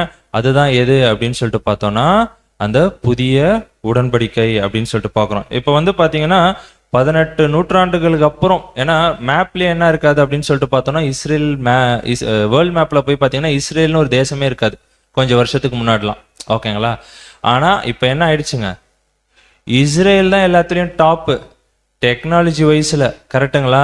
ஸோ எதை எடுத்தாலுமே ஃபேஸ்புக்கு எல்லாமே எதுவாக இருந்தாலுமே என்ன அப்படின்னா முன்னாடி பார்க்கும்போது வேற ஏதாவது தேசம் மாதிரி இருக்கும், ஆனால் பின்னாடி போய் பார்த்தோம்னா அங்கே டெக்னாலஜி யார் தான் இருக்கும் அப்படின்னா இஸ்ரேல் தான். கூகுள் யாருது அப்படின்னு சொல்லிட்டு பார்த்தோம்னா அமெரிக்கா மூலம் இருக்கும், ஆனால் பின்னாடி கூகுளோட சர்ச் இன்ஜின் யார் வச்சிருக்கிறா அப்படின்னு சொல்லிட்டு பார்த்தோம்னா இஸ்ரேல்கிட்ட இருக்கும். ஓகேங்களா, ஸோ இந்த மாதிரி எல்லா விஷயத்துலையுமே வந்து பார்த்தீங்கன்னா இஸ்ரேல் தான் இப்போ என்ன ஆயிட்டு இருக்கு அப்படின்னா டாப்ல இருந்துட்டு இருக்கு. ஸோ தேவன் என்ன பண்ணிட்டு இருக்கிறாரு அப்படின்னு சொல்லிட்டு பார்த்தோம்னா அவங்கள உருவாக்கி என்ன பண்ணிட்டு இருக்காருன்னா கொண்டு வந்துகிட்டே இருக்கிறாரு. அதுதான் சொல்லுவார் முடிக்கும் போது என்ன அப்படின்னா, நான் என்ன பண்ண போறேன், உன்னுடைய பாவங்கள் எல்லாத்தையும் மன்னிச்சு வரும்போது எப்படி இருக்கும் அப்படின்னா, நீ நினைத்து வெட்கி உன் நாணத்தினாலே உன் வாயை இனி திறக்க மாட்டாதிருப்பாய். ஏன்னா அவ்வளோ பேச்சு பேசியிருக்காங்க, இனிமே என்ன பண்ண மாட்டாங்க, ஏன்னா அவ்வளோ பாவத்தையும் மன்னிச்சு இப்ப என்ன பண்ணிட்டு இருக்கிறாருங்க, அந்த ஒரு ஆசீர்வாதத்தை கொடுத்துக்கிட்டே இருக்கிறாரு. ஒரு புதிய உடன்படிக்கை என்ன பண்ண போறாருங்க அங்க போட போறாரு அப்படின்னு சொல்லிட்டு பாக்குறோம். அந்த சூழ்நிலையில இஸ்ரேல் எப்படி இருப்பாங்க அப்படின்னா அவங்க வெட்கம் அடைஞ்சு நாணம் அடைஞ்சு என்ன பண்ணிட்டு இருப்பாங்க அப்படின்னு சொல்லிட்டு பார்த்தோம்னா வாயை திறக்காமல் அங்க இருப்பாங்க அப்படின்னு சொல்லிட்டு நம்ம பார்க்கறோம். ஓகேங்களா, இதுதான் என்ன அப்படின்னா எசேக்கியேல் புஸ்தகத்திலும் இதை குறிச்சிருக்கு. ஓகேங்களா, ஸோ இதுதான் எதுனா 3வது உடன்படிக்கை அப்படின்னு சொல்லிட்டு நம்ம பார்க்கறோம். ஓகேங்களா, ஸோ இந்த 3 உடன்படிக்கை பார்த்தோம். கரெக்டுங்களா, ஆகார் அடிமைத்தனம், சாரால் சுயாதீனம், கெத்துரால் புதிய உடன்படிக்கை. ஓகேங்களா, இந்த 3 உடன்படிக்கையில எது ரொம்ப ஸ்பெஷலான உடன்படிக்கைன்னு நீங்க நினைக்கிறீங்க? சாராலா? என்ன சிஸ்டர்? ஓகேங்களா, ஏன் இந்த ஒரு கேள்வியை கேட்கிறோம் அப்படின்னா, ஓகே நம்ம அதை பார்க்கலாம் பாருங்க, வசனமா வாசிக்கலாம். எபிரேயர் 7ஆம் அதிகாரம் 22ஆம் வசனம். எபிரேயர் 7ஆம் அதிகாரம் 22ஆம் வசனம், அவ்வளவு விசேஷித்த உடன்படிக்கைக்கு பிணையாளி ஆனார். ஓகேங்களா, யாரை குறிச்சு பேசிட்டு இருக்கிறார் அப்படின்னா இயேசு கிறிஸ்து. ஓகேங்களா, அததான் அவர் தான் என்ன பண்ணாருங்க இந்த சுயாதீன பிரமாணத்தை இனிஷியேட் பண்ணதே. ஓகேங்களா, பிணியாளி இல்ல, பேஷண்ட் இல்ல, என்னங்க பாண்டிங். ஓகேங்களா, ஒரு என்ன சொல்லலாம் அப்படின்னா ஒரு சூரிட்டி போட்டவர் யார் அப்படின்னு சொல்லிட்டு பார்த்தோம்னா நம்மளுடைய ஆண்டவராகிய இயேசு கிறிஸ்து அப்படின்னு சொல்லிட்டு ஒரு விசேஷித்தமான ஒரு உடன்படிக்கைக்கு அவர் என்னவா இருக்கிறார் அப்படின்னா பிணையாளியா இருக்கிறார் அப்படின்னு சொல்லிட்டு நம்ம பார்க்கிறோம். இது வந்து பாத்தீங்கன்னா இந்த ஒரு சாரால் கவனன்ட் தேவனுடைய பார்வையில ரொம்ப ஸ்பெஷலா இருக்கு அப்படின்னு சொல்லிட்டு பார்க்கிறோம். அது எப்படி அப்படின்னு சொல்லிட்டு நம்ம படிக்கலாம் பாருங்க. எபிரேயர் 8ஆம் அதிகாரம் 5ஆம் வசனம். எபிரேயர் 8ஆம் அதிகாரம் 5ஆம் வசனம், இவர்கள் செய்யும் ஆராதனை பரலோகத்தில் உள்ளவைகளின் சாயலுக்கும் நிழலுக்கும் ஒத்திருக்கிறது. ஓகேங்களா, இது எதை குறிச்சு பேசிட்டு இருக்கிறாங்கன்னு தெரியுங்களா? ஆசாரிப்பு கூடாரத்தை குறிச்சு நம்ம அது ஒரு பாடம் பார்த்திருக்கோம். கரெக்டுங்களா, ஆசாரிப்பு கூடாரத்துக்கு பேஸான ஒரு வசனமே இதுதான் அப்படின்னு சொல்லிட்டு பார்க்கிறோம். படிக்கலாம் தொடர்ந்து பிரதர். அப்படியே மோசே கூடாரத்தை உண்டு பண்ண போகையில் மலையிலே உனக்கு காண்பிக்கப்பட்ட மாதிரியின் படியே நீ எல்லாவற்றையும் செய்ய எச்சரிக்கையாயிரு என்று தேவன் அவனுக்கு கட்டளையிட்டார். ஓகேங்களா, அப்படின்னா ஆசாரிப்பு கூடாரத்தை குறித்து சொல்லிட்டு இருக்கிறார். என்ன சொல்றாரு அப்படின்னு சொல்லிட்டு பார்த்தோம்னா இவர்கள் செய்யும் ஆராதனை எப்ப அப்படின்னா அந்த ஆசாரிப்பு கூடாரத்துல இவங்க நிறைய ஆராதனை எல்லாம் செஞ்சுட்டு இருந்தாங்களே அதுக்கு எதுக்கு ஒத்து இருக்குது அப்படின்னா பரலோகத்தில் உள்ளவைகளுக்கு சாயலும் நிழலுமா இருக்குது அப்படின்னு சொல்லிட்டு பார்க்கணும். அப்ப சாயல் அப்படின்னு சொல்லிட்டு பார்க்கும்போது ஒரு சாம்பிளா, ஒரு எக்ஸாம்பிளா நிழல் ஒரு ஷேடோவா என்ன இருக்குன்னா இருக்குது. எதுக்கு? பரலோகத்துக்கு. ஓகேங்களா? பரலோகத்துக்கு போகணும்னா என்ன பண்ணலாம்? டேபர்நாக்கிள் ஸ்டடி பண்ணாவே பரலோகம் எப்படி இருக்குன்னு தெரிஞ்சுக்கலாம். கரெக்டுங்களா? அதுதான் அவர் சொல்றாரு, என்னன்னா சாயலுக்கும் நிழலுக்கும் ஒத்து இருக்குது. அப்படின்னா பரலோகம் எப்படி இருக்குமோ அதை எங்க வச்சிருக்கிறாருங்க? பூமியில அந்த ஆசாரிப்பு கூடாரத்துக்குள்ளாக வச்சிருக்காரு. அப்படியே மோசே கூடாரத்தை உண்டு பண்ண போகையில் மலையிலே உனக்கு காண்பித்தபடி மாதிரியின்படியே நீ எல்லாவற்றையும் செய்ய எச்சரிக்கையாய் இரு அப்படின்றார். ஏன்னா சின்ன ஒரு தப்பு கூட என்ன பண்ணிடக்கூடாதுங்க மோசே, அது அங்க செஞ்சிடக்கூடாது. ஏன்னா அது எதுக்கு நிழலா இருக்குது? பரலோகத்துக்கு அங்க நிழலா இருக்கு அப்படின்னு சொல்லிட்டு நம்ம பார்க்கிறோம். அதனாலதான் வந்து பாத்தீங்கன்னா ரொம்ப கேர்ஃபுல்லா ஒவ்வொரு விஷயத்தையுமே அங்க ஆசாரிப்பு கூடாரத்துல அங்க செஞ்சிருப்பாங்க அப்படின்னு சொல்லிட்டு பார்க்கிறோம். தொடர்ந்து 6ஆம் வசனம் வாசிக்கலாம். 6ஆம் வசனம், இவரோ விசேஷித்த வாக்குத்தத்தங்களின் பேரில் ஸ்தாபிக்கப்பட்ட விசேஷித்த உடன்படிக்கைக்கு எப்படி மத்தியஸ்தராய் இருக்கிறாரோ அப்படியே முக்கியமான ஆசாரிய ஊழியத்தையும் பெற்றிருக்கிறார். ஓகேங்களா? யாரை குறிச்சு பேசுறாருன்னா ஆண்டவராகிய இயேசு கிறிஸ்து. ஓகேங்களா? அவர் தான் இனிஷியேட் பண்ணார். எதை? சாரால் கவர்னன்ட்டை இனிஷியேட் பண்ணாரு. அதோட அவர் விட்டுல அவர் தான் என்னவாகவும் இருக்கிறார் அப்படின்னு சொல்லிட்டு பார்த்தோம்னா மத்தியஸ்தராகவும் பிரதான ஆசாரியாராகவும் அவர் இருக்கிறார் அப்படின்னு சொல்லிட்டு நம்ம பார்க்கிறோம். ஓகேங்களா? அப்ப மத்தியஸ்தரா இருந்துதான் இந்த ஒரு சாரால் கவர்னன்ட் அவர் தான் என்ன பண்ணிட்டு இருக்கிறாருங்க? ரன் பண்ணிட்டு இருக்கிறார். முதல் உடன்படிக்கை மத்தியஸ்தரா ஒருத்தர் இருந்தார். யாருங்க? ஆகார் கவர்னன்ட்டுக்கு மோசே இருந்தார். கரெக்டுங்களா? அவர் தான் போய் தேவன்ட்டு வந்து வாங்கிட்டு வருவாரு. அங்க கீழே வந்து ஜனங்களுக்கு படிச்சு சொல்லுவாரு. ஸோ அங்க அக்ரிமெண்ட்ல சைன் போட்டது யாரு? மோசை, தேர்ட் பார்ட்டி சைன். ஓகேங்களா? இங்க யார் மத்தியஸ்தரா இருக்கிறார் அப்படின்னு சொல்லிட்டு பார்த்தோம்னா நம்மளுக்கும் தேவனுக்கும் யார் மத்தியஸ்தரா இருக்கிறார்னா நம்மளுடைய ஆண்டவராகிய இயேசு கிறிஸ்து அங்க இருக்கிறார் அப்படின்னு சொல்லிட்டு பார்க்கிறோம். அது மட்டும் இல்லாம இது எப்படி இது ஒரு விசேஷித்தமான ஒரு கவர்னன்ட், ஒரு வாக்குத்தத்தமாக இருக்குது அப்படின்னு சொல்லிட்டு பார்க்கலாம். பாருங்க, எபிரேயர் 9ஆம் அதிகாரம் 23ஆம் வசனம். எபிரேயர் 9ஆம் அதிகாரம் 23ஆம் வசனம், ஆதலால் பரலோகத்தில் உள்ளவைகளுக்கு சாயலானவைகள் இப்படிப்பட்ட பலிகளினாலே சுத்திகரிக்கப்பட வேண்டியதாய் இருந்தது. பரலோகத்தில் உள்ளவைகளோ இவைகளிலும் விசேஷித்த பலிகளினாலே சுத்திகரிக்கப்பட வேண்டியதாமே. ஓகேங்களா? பரலோகத்தில் உள்ளவைகளுக்கு சாயலானவைகள் எதை பத்தி பேசிட்டு இருக்காருன்னா ஆசாரிப்பு கூடாரத்தை பத்தி என்ன பண்ணிட்டு இருக்கிறாருங்க? அங்க பேசிட்டு இருக்காரு. பரலோகத்துக்கு சாயல் எது அப்படின்னு சொல்லிட்டு பார்த்தோம்னா ஆசாரிப்பு கூடாரம்.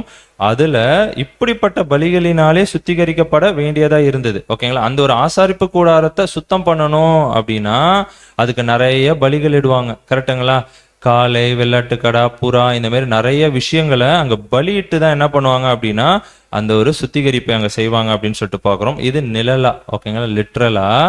அடுத்தது என்ன எழுதுறாருன்னா பரலோகத்தில் உள்ளவைகளோ இவைகளிலும் விசேஷித்த பலிகளினாலே சுத்திகரிக்கப்பட வேண்டியதா இருக்கு. ஓகேங்களா? சோ அங்கேயாவது என்ன பண்ணாங்க? மிருகங்களை விட்டு என்ன பண்ணிட்டு இருந்தாங்க? சுத்திகரிச்சுட்டு இருந்தாங்க. ஆனா இங்க என்னன்னா நிஜமான பரலோகத்துல என்ன பண்ணணும் அப்படின்னு சொல்லிட்டு பார்த்தோம்னா பரலோகத்தில் உள்ளவைகளுக்கு இவைகளிலும் விசேஷித்த பலி. ஓகேங்களா? அந்த பலியோட ஒரு ஸ்பெஷலான ஒரு பலி இங்க கொடுக்கணும். ஏன்னா பரலோகம் அந்த அளவுக்கு பரிசுத்தமா இருக்குது அப்படின்னு சொல்லிட்டு பாக்குறோம். சோ அதை சுத்திகரிக்கணும் அப்படின்னா அது ஒரு பலியும் எப்படி இருக்கணுங்க? அந்த அளவுக்கு அங்க இருக்கணும் அப்படின்னு சொல்லிட்டு நம்ம பார்க்கிறோம். இதுதான் என்னன்னா பெட்டர் சாக்ரிஃபைசஸ். ஓகேங்களா? இதை யாரு வந்து கொடுத்தது அப்படின்னு சொல்லிட்டு பார்த்தோம்னா நம்மளுடைய மத்தியஸ்தர் தான் என்ன பண்ணாருங்க? இனிஷியேட் பண்ணிட்டு என்ன பண்ணிட்டாரு அப்படின்னு சொல்லிட்டு பார்த்தோம்னா ஒரு மாசற்ற ஒரு பலி. அதுக்கு என்ன பேருங்க?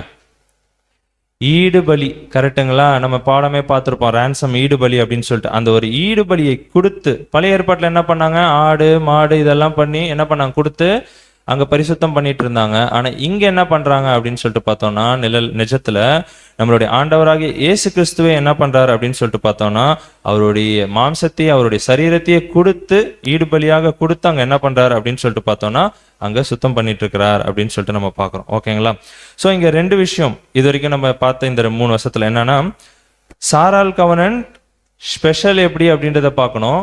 இன்னொன்னு என்ன அப்படின்னு சொல்லிட்டு பார்த்தோம்னா இந்த சாரால் கவர்னன்ட்டுக்கு என்ன வேணும்னா சாக்ரிஃபைசஸ், அந்த பலிகள் பரிசுத்தமா இருக்கணும் அப்படின்றத நம்ம பார்க்கணும். ஓகேங்களா? இந்த ரெண்டு விஷயத்தையும் பார்க்கலாம். பாருங்க, ஃபர்ஸ்ட் இப்ப பிதாவாகிய தேவன் என்ன பண்ணார் அப்படின்னு சொல்லிட்டு பார்த்தோம்னா நிறைய உடன்படிக்கைகளை போட்டார். கரெக்டுங்களா? யார் யார்ட்டெல்லாம் போட்டார் அப்படின்னா ஆதாம்கிட்ட போட்டார், நோவாட்ட, ஆப்ரஹாம்கிட்ட, இஸ்ரேல் ஜனங்கள்கிட்ட, இந்த மாதிரி நிறைய பேர்கிட்ட என்ன பண்ணாருங்க? அங்க உடன்படிக்கைகளை போட்டுக்கிட்டே இருந்தார். கரெக்டுங்களா? இப்ப இதுல ஒரு கேள்வி, என்ன அப்படின்னு சொல்லிட்டு பார்த்தோம்னா, இந்த எல்லா உடன்படிக்கையிலையும் ஒரு ஒற்றுமை இருக்கு. ஓகேங்களா? ஆதம்கிட்ட போட்டார், நோவாட்ட போட்டார், ஆபிரஹாம்கிட்ட போட்டார், இஸ்ரேல் ஜனங்கள்கிட்ட போட்டார், அதான் சீனாய் மலையில போட்டார். இது எல்லாத்துலேயுமே ஒரு ஒற்றுமை இருக்கு. அது என்னன்னு உங்களால சொல்ல முடியுங்களா? போட்டோ பார்த்தாவே நீங்க கண்டுபிடிக்கலாம். இதை வச்சுக்கிட்டு தான் நம்ம என்ன சொல்றோம் அப்படின்னா, சாரால் கவனன்ட் ரொம்ப ஸ்பெஷல் அப்படின்னு நம்மளால என்ன பண்ண முடியும்னா ப்ரூஃப் பண்ண முடியும். ஓகேங்களா? ஏன்னா இது எல்லாமே யார் போட்டது? பிதாவாகிய தேவன் மனுஷர்களோட போட்ட உடன்படிக்கைகள். ஆதாமா இருக்கட்டும், நோவாவா இருக்கட்டும், ஆபிரகாமா இருக்கட்டும், இஸ்ரேலா இருக்கட்டும், இஸ்ரேல் ஜனங்களா இருக்கட்டும், யாரா இருந்தாலும் யாரு தான் இனிஷியேட் பண்ணா, யார் தான் வந்து உடன்படிக்கை போட்டா அப்படின்னா தேவன் தான் என்ன பண்ணாருங்க, அந்த உடன்படிக்கையை அங்க போட்டார் அப்படின்னு சொல்லிட்டு நம்ம பார்க்கிறோம். ஆனா நம்மளுடைய சாரால் கவனன்ட் எப்படிங்க? சுயாதீன பிரமாணம் எப்படிங்க? ஒட்டுமொத்த உலகத்திலேயே யாருமே பண்ணாத ஒரு விஷயம் என்ன அப்படின்னா, மனிதர்களாகிய நம்ம என்ன பண்றோங்க, தேவனோட போயிட்டு ஒரு உடன்படிக்கை போடுறோம். கரெக்டுங்களா? சுயாதீனமா நம்மளா வந்து தேவனே நான் என்ன பண்றேன், உங்களுடைய சித்தம் செய்ய வருகிறேன். எப்படி இயேசு கிறிஸ்து அங்க சொன்னாரோ அதே போல நம்ம என்ன பண்றோம் அப்படின்னா, நம்மளா சுயாதீனமா வந்து நம்ம என்ன பண்றோம்னா தேவன்கிட்ட ஒரு உடன்படிக்கை அங்க போடுறோம் அப்படின்னு சொல்லிட்டு பார்க்கிறோம். அதனாலதான் இது வந்து பாத்தீங்கன்னா ரொம்ப ஸ்பெஷல். அப்ப நம்ம என்ன உடன்படிக்கை போடுறோம்?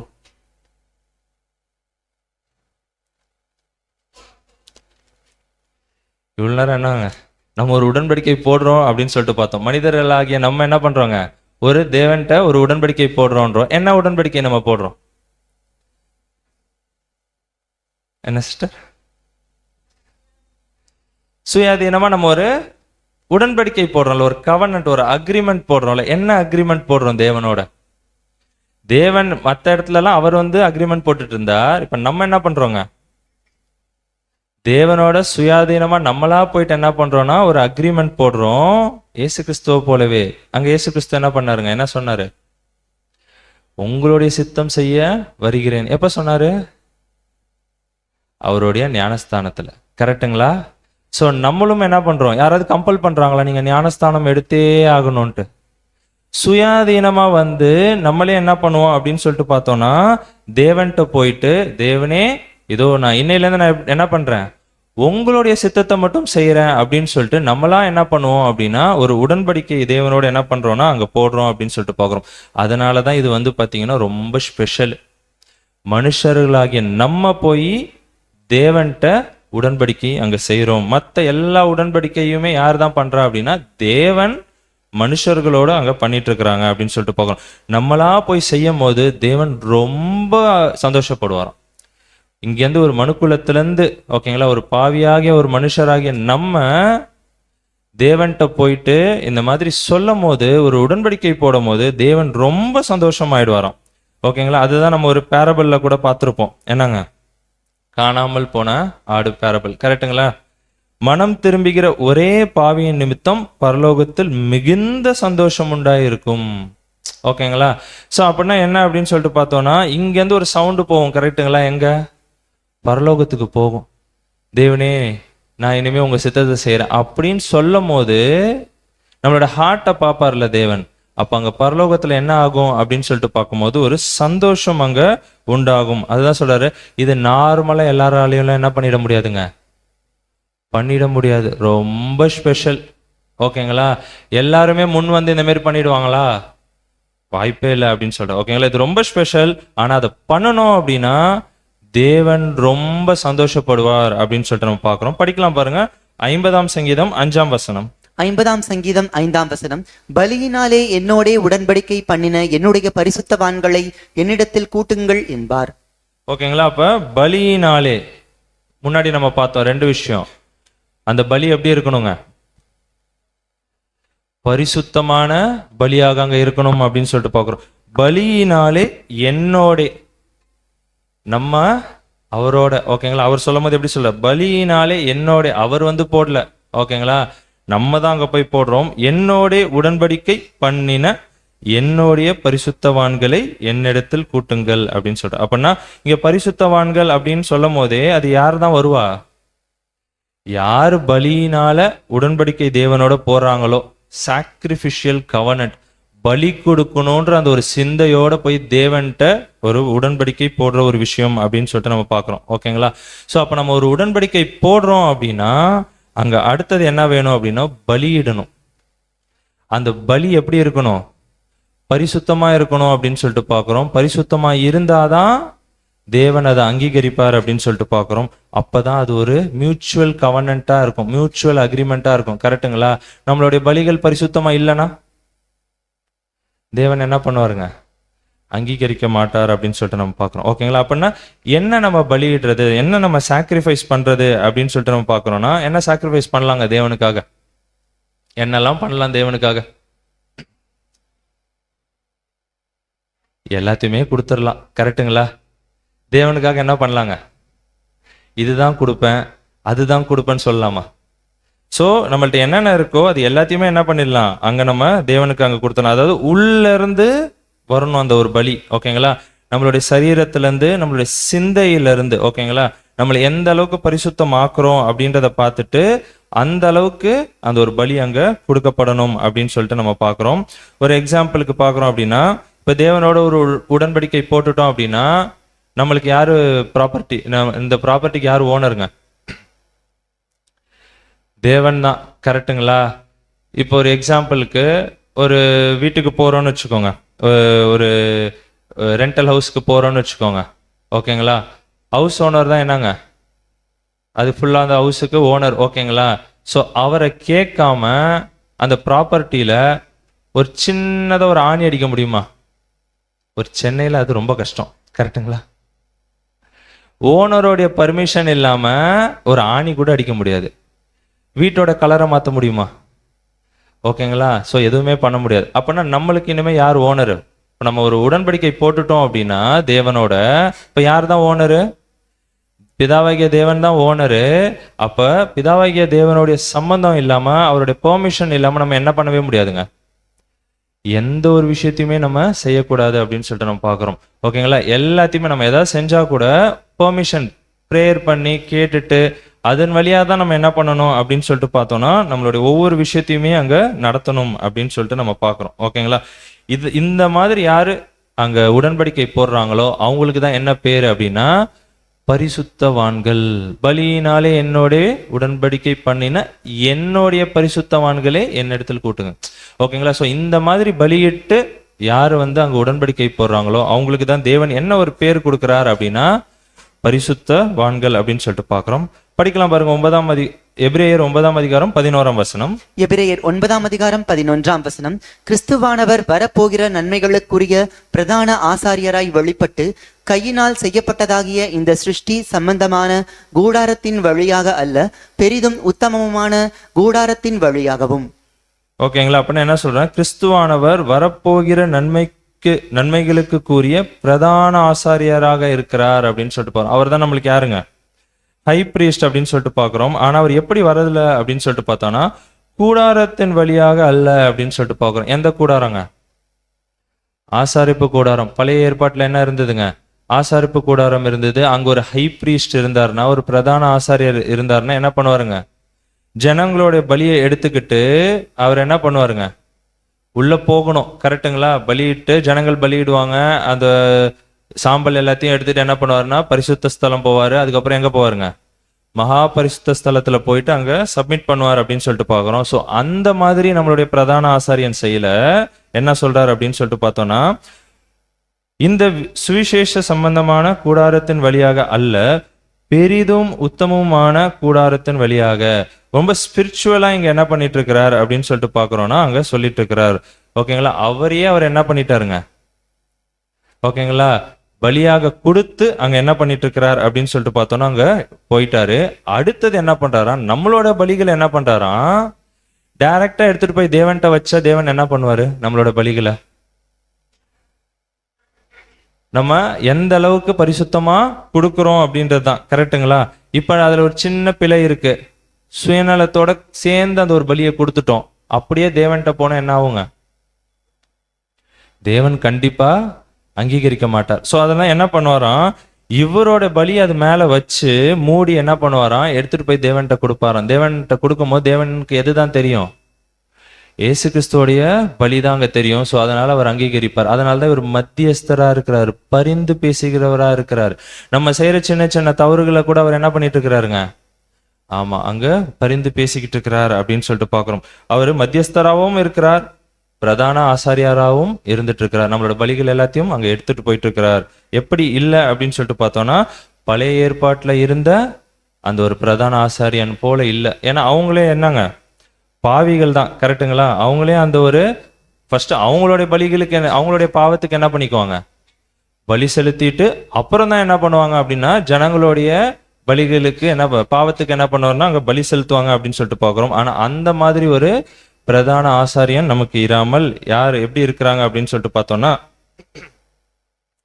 ஓகேங்களா, இந்த எப்படி இருக்கா, பரிந்து பேசுகிற பிரதான ஆசாரியன் பாவம் இல்லாத ஒரு பிரதான ஆசாரியனுமாக இருக்கிறார் அப்படின்னு சொல்லிட்டு பார்க்கிறோம். என்னதுங்க இதுங்க, டேபர்நாக்கல். ஓகேங்களா, ஸோ இதுல அந்த ஒரு ஹை பிரீஸ்ட் என்ன பண்ணுவார் அப்படின்னா இந்த பலிகளை ஸ்டெப் பை ஸ்டெப்பா அங்க எடுத்துட்டு போவார். ஸோ அதே போலதான் இங்கேயும் என்ன ஆகுது அப்படின்னு சொல்லிட்டு பார்த்தோம்னா நம்மளுடைய ஆண்டவராக இயேசு கிறிஸ்துவும் அங்க எடுத்துட்டு போவார் அப்படின்னு சொல்லிட்டு நம்ம பார்க்கிறோம். ஓகேங்களா, ஸோ இதுலயே ட்ரினிட்டி கான்செப்ட் உடஞ்சிடும்.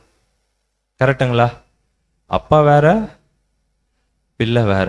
ஓகேங்களா, ஸோ இந்த மாதிரி நம்ம நிறைய விஷயங்கள் படிக்கும் போதே நம்ம யோசிச்சு பார்த்தோம்னா நம்மளுக்கு கிளியரா தெரிஞ்சிடும். ஓகேங்களா, ஸோ பழைய ஏற்பாட்டில் எந்தெந்த விஷயத்தெல்லாம் அங்கே பலியிடுவாங்க அப்படின்னா, 2 முக்கியமான மிருகங்களை என்ன பண்ணுவாங்கன்னா அங்கே பலியிடுவாங்க அப்படின்னு சொல்லிட்டு நம்ம பார்க்குறோம். ஓகேங்களா, எது அப்படின்னா இளம் காளை வெள்ளாட்டு கடா. ஓகேங்களா, இளம் காளை வெள்ளாட்டு கடா, இந்த 2 மிருகங்களை தான் அவங்க என்ன பண்ணுவாங்க அப்படின்னு சொல்லிட்டோம். முக்கியமாக நிறைய இடத்துல என்ன பண்ணுவாங்க, ஆசாரியர்கள் அங்கே பலியிடுவாங்க அப்படின்னு சொல்லிட்டு நம்ம பார்க்குறோம்.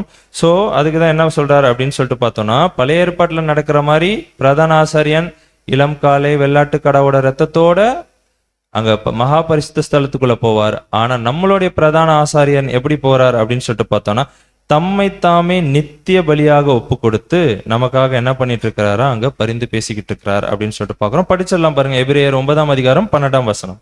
12ஆம் வசனம், வெள்ளாட்டுக்கடா இளங்காளை இவைகளுடைய இரத்தத்தினாலே அல்ல, தம்முடைய சொந்த இரத்தத்தினாலும் ஒரே தரம் மகா பரிசுத்த ஸ்தலத்திலே பிரவேசித்து நித்திய மீட்பை உண்டு பண்ணினார். ஓகேங்களா, அப்ப வெள்ளாட்டுக்கடா இளங்காளை இவங்களுடைய ரத்தத்தினாலே அல்ல. ஏன்னா பழைய ஏற்பாட்டுல அதெல்லாம் பண்ணிட்டு இருந்தாங்க. ஆனா இங்க நம்மளுடைய மத்தியஸ்தர் நம்மளுடைய பிரதான ஆசாரியார் அப்படி பண்ண போறது இல்லை. என்ன பண்ண போறார் அப்படின்னா தம்முடைய சொந்த இரத்தத்தினாலே ஒரே தரம் மகா பரிசுத்த ஸ்தலத்திலே பிரவேசித்து நித்திய மீட்பை உண்டு பண்ணுவார். அப்படின்னா நம்மளுடைய ஆண்டவர் என்ன பண்ணிட்டாரு அப்படின்னா ஒரு பெர்மனண்டான ஒரு சொல்யூஷனை என்ன பண்ணிட்டாருங்க அங்க எடுத்துட்டு வந்துட்டார் அப்படின்னு சொல்லிட்டு பாக்குறோம். ஏன்னா டேபர்நாக்கல் பார்க்கும்போது 3 ஸ்டேஜஸ் இருக்கும். கரெக்டுங்களா, முதல் ஸ்டேஜ் என்னங்க, பிரகாரம், பரிசுத்த ஸ்தலம், அப்புறம் மகா பரிசுத்த ஸ்தலம். பிரகாரத்துல என்னென்னலாம் இருக்கும், தகன பலிபீடம், தண்ணீர் தொட்டி இருக்கும். பரிசுத்த ஸ்தலத்துல அப்பம் மேஜை, இந்த சைடு குத்துவிளக்கு இருக்கும், அந்த சைடு தூப பீடம் இருக்கும். மகா பரிசுத்த ஸ்தலத்துல என்ன இருக்குங்க, ஆமா உடன்படிக்கை பெட்டி இருக்கும், மேல ஷெக்கினா இருக்கும், ஷெக்கினா ஒளி இருக்கும், ஏஞ்சல்ஸ் அந்த இது இருக்கும். ஓகேங்களா, தூதர்களுடைய அந்த சட்டைகள் இருக்கும் அங்க. ஓகேங்களா, ஸோ இந்த மாதிரி இருக்கும் போது பழைய ஏற்பாட்டில் என்ன நடக்கும்னா அந்த ஒரு பிரதான ஆசாரியன் இளங்காலை வெள்ளாட்டுக்கடாவோடைய ரத்தத்தை வருஷத்துக்கு ஒரு தடவை தான் என்ன பண்ணுவாருங்க அங்க எடுத்துட்டு போயிட்டு அங்க என்ன பண்ணுவார் அப்படின்னா அங்க பலியிடுவார். ஓகேங்களா, அதுதான் என்ன சொன்னா அட்டோன்மெண்ட் டே அப்படின்னு சொல்லிட்டு நம்ம பார்த்திருப்போம். கரெக்டுங்களா, ஸோ அதை என்ன பண்ணுவாருன்னா வருஷத்துக்கு ஒரு தடவை என்ன பண்ணுவாருன்னா எடுத்துட்டு போய் அங்க கொடுப்பாரு. எங்க அப்படின்னா தெளிப்பார். எதுல அப்படின்னா உடன்படிக்கை பெட்டியில. அதுக்கப்புறம் தான் இந்த இஸ்ரேல் ஜனங்களுடைய பாவங்கள் என்ன ஆகுங்க, நிவர்த்தி செய்யப்படும் அப்படின்னு சொல்லிட்டு நம்ம பார்க்கிறோம். ஆனா அவங்க என்ன பண்ணுவாங்க, வருஷம் வருஷம் போயிட்டு இருப்பாங்க. கரெக்டுங்களா, வருஷம் அவங்களுடைய பாவத்துக்காக என்ன பண்ணிட்டு இருப்பாங்கன்னா அங்க போய் பலி செலுத்திட்டு இருப்பாங்க. ஆனா அதுக்குதான் இங்க சொல்றாரு அந்த மாதிரி இல்லாம நித்திய மீட்பு, ஒரு பெர்மனண்டான ஒரு சொல்யூஷனை நம்மளுடைய ஆண்டவராக இயேசு கிறிஸ்து என்ன பண்ணிட்டாருன்னா இங்க செஞ்சுட்டாரு. எதை வச்சு அப்படின்னா மிருகங்களுடைய ரத்தத்தினாலே அல்ல, தம்முடைய சொந்த ரத்தத்தினாலே அவர் என்ன பண்ணா ஒரே தரம் மகா பரிசுத்த ஸ்தலத்துக்குள்ள பிரவேசிச்சு அவர் என்ன பண்ணிட்டார் அப்படின்னா அந்த ஒரு நித்திய மீட்பை நம்மளுக்காக அங்க உண்டு பண்ணினார் அப்படின்னு சொல்லிட்டு நம்ம பார்க்கிறோம். தொடர்ந்து படிக்கலாம் பாருங்க, 13ஆம் வசனம் மற்றும் 14ஆம் வசனம். வசனங்கள் 13 மற்றும் 14. அது எப்படியெனில், காளை, வெள்ளாட்டுக்கடா இவைகளின் இரத்தமும் தீட்டுப்பட்டவர்கள் மேல் தெளிக்கப்பட்ட கடாரியின் சாம்பலும் சரீர சுத்தியுண்டாகும்படி பரிசுத்தப்படுத்துமானால். ஓகேங்களா, ஒரு ஃபார்மாலிட்டிக்கு என்ன பண்ணுவாங்க அங்க, அந்த ஒரு காளை வெள்ளாட்டு கடாவோட ரத்தத்தை எடுத்து தீட்டுப்பட்டவர்கள் மேல என்ன பண்ணுவாங்க, அதை தெளிப்பாங்க அப்படின்னு சொல்லிட்டு பாக்குறோம். அதை தெளிக்கிறதுனால அவங்க என்ன ஆயிடுறாங்கன்னா பரிசுத்தமாகறாங்க அப்படின்னு சொல்லிட்டு பாக்குறோம். 14th படிக்கலாம். அடுத்தது 14ஆம் வசனம். நித்திய ஆவியினாலே தம்மை தாமே பழுதற்ற பலியாக தேவனுக்கு ஒப்பு கொடுத்த கிறிஸ்துவனுடைய ரத்தம் ஜீவனுள்ள தேவனுக்கு ஊழியம் செய்வதற்கு உங்கள் மனசாட்சியை செத்த கிரியைகளற சுத்திகரிப்பது எவ்வளவு நிச்சயம்.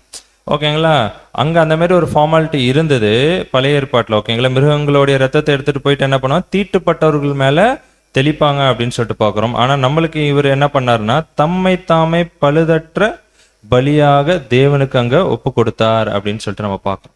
ஓகேங்களா, இதுதான் என்ன சொல்றேன்னா, இது எல்லாம் நம்ம தெரிஞ்சுக்கிட்டு இவ்வளோ திட்டத்தையும் நம்ம புரிஞ்சுக்கிட்டு நம்மளுடைய ஆண்டவர் என்னென்ன சாக்ரிஃபைஸ்லாம் பண்ணியிருக்கிறார் எல்லாமே நம்மளுக்கு தெரிஞ்சுட்டு நம்மளுக்கு ஒரு சிந்தை, ஒரு இருதயம் இல்லைன்னு வச்சுக்கோங்க. எதுக்குங்க, ஒரு அர்ப்பணம் செய்யறதுக்கு அவர்கிட்ட போய் ஒரு உடன்படிக்கை, என்ன உடன்படிக்கைங்க, பலியினாலே உடன்படிக்கை, அந்த மாதிரி செய்யறதுக்கு நம்மளுக்கு உள்ள மனசுக்குள்ள கொழுந்து விட்டு எரியலையா அப்படின்னு சொல்லிட்டு தான் என்ன பண்ணிட்டு இருக்கிறாருன்னா எபிரேயர் ஆசிரியர், எபிரேயர் புஸ்தகம் கூட அப்போஸ்தலனாகிய பவுல் எழுதின மாதிரி தான் சொல்றாங்க. ஓகேங்களா, சோ அப்படின்னா அங்க அதுதான் கேட்கிறார் கடைசியா, உங்கள் மனசாட்சி செத்த கிரியைகளை சுத்திகரிப்பது எவ்வளவு நிச்சயம் அப்படின்னு சொல்லிட்டு. அப்பனா நம்மளுடைய பழைய வாழ்க்கையில இருந்த கிரியைகள், ஓகேங்களா, சோ நம்மளுடைய பழைய பழக்க வழக்கங்கள், சோ இது எல்லாத்தையுமே விட்டுட்டு தேவனுக்காக ஒரு பலி செலுத்தணும் அப்படின்ற ஒரு எண்ணம் உங்களுக்குள்ள கொழுந்துட்டு எரியலையா அப்படின்றதான் கேட்கிறார். ஏன்னா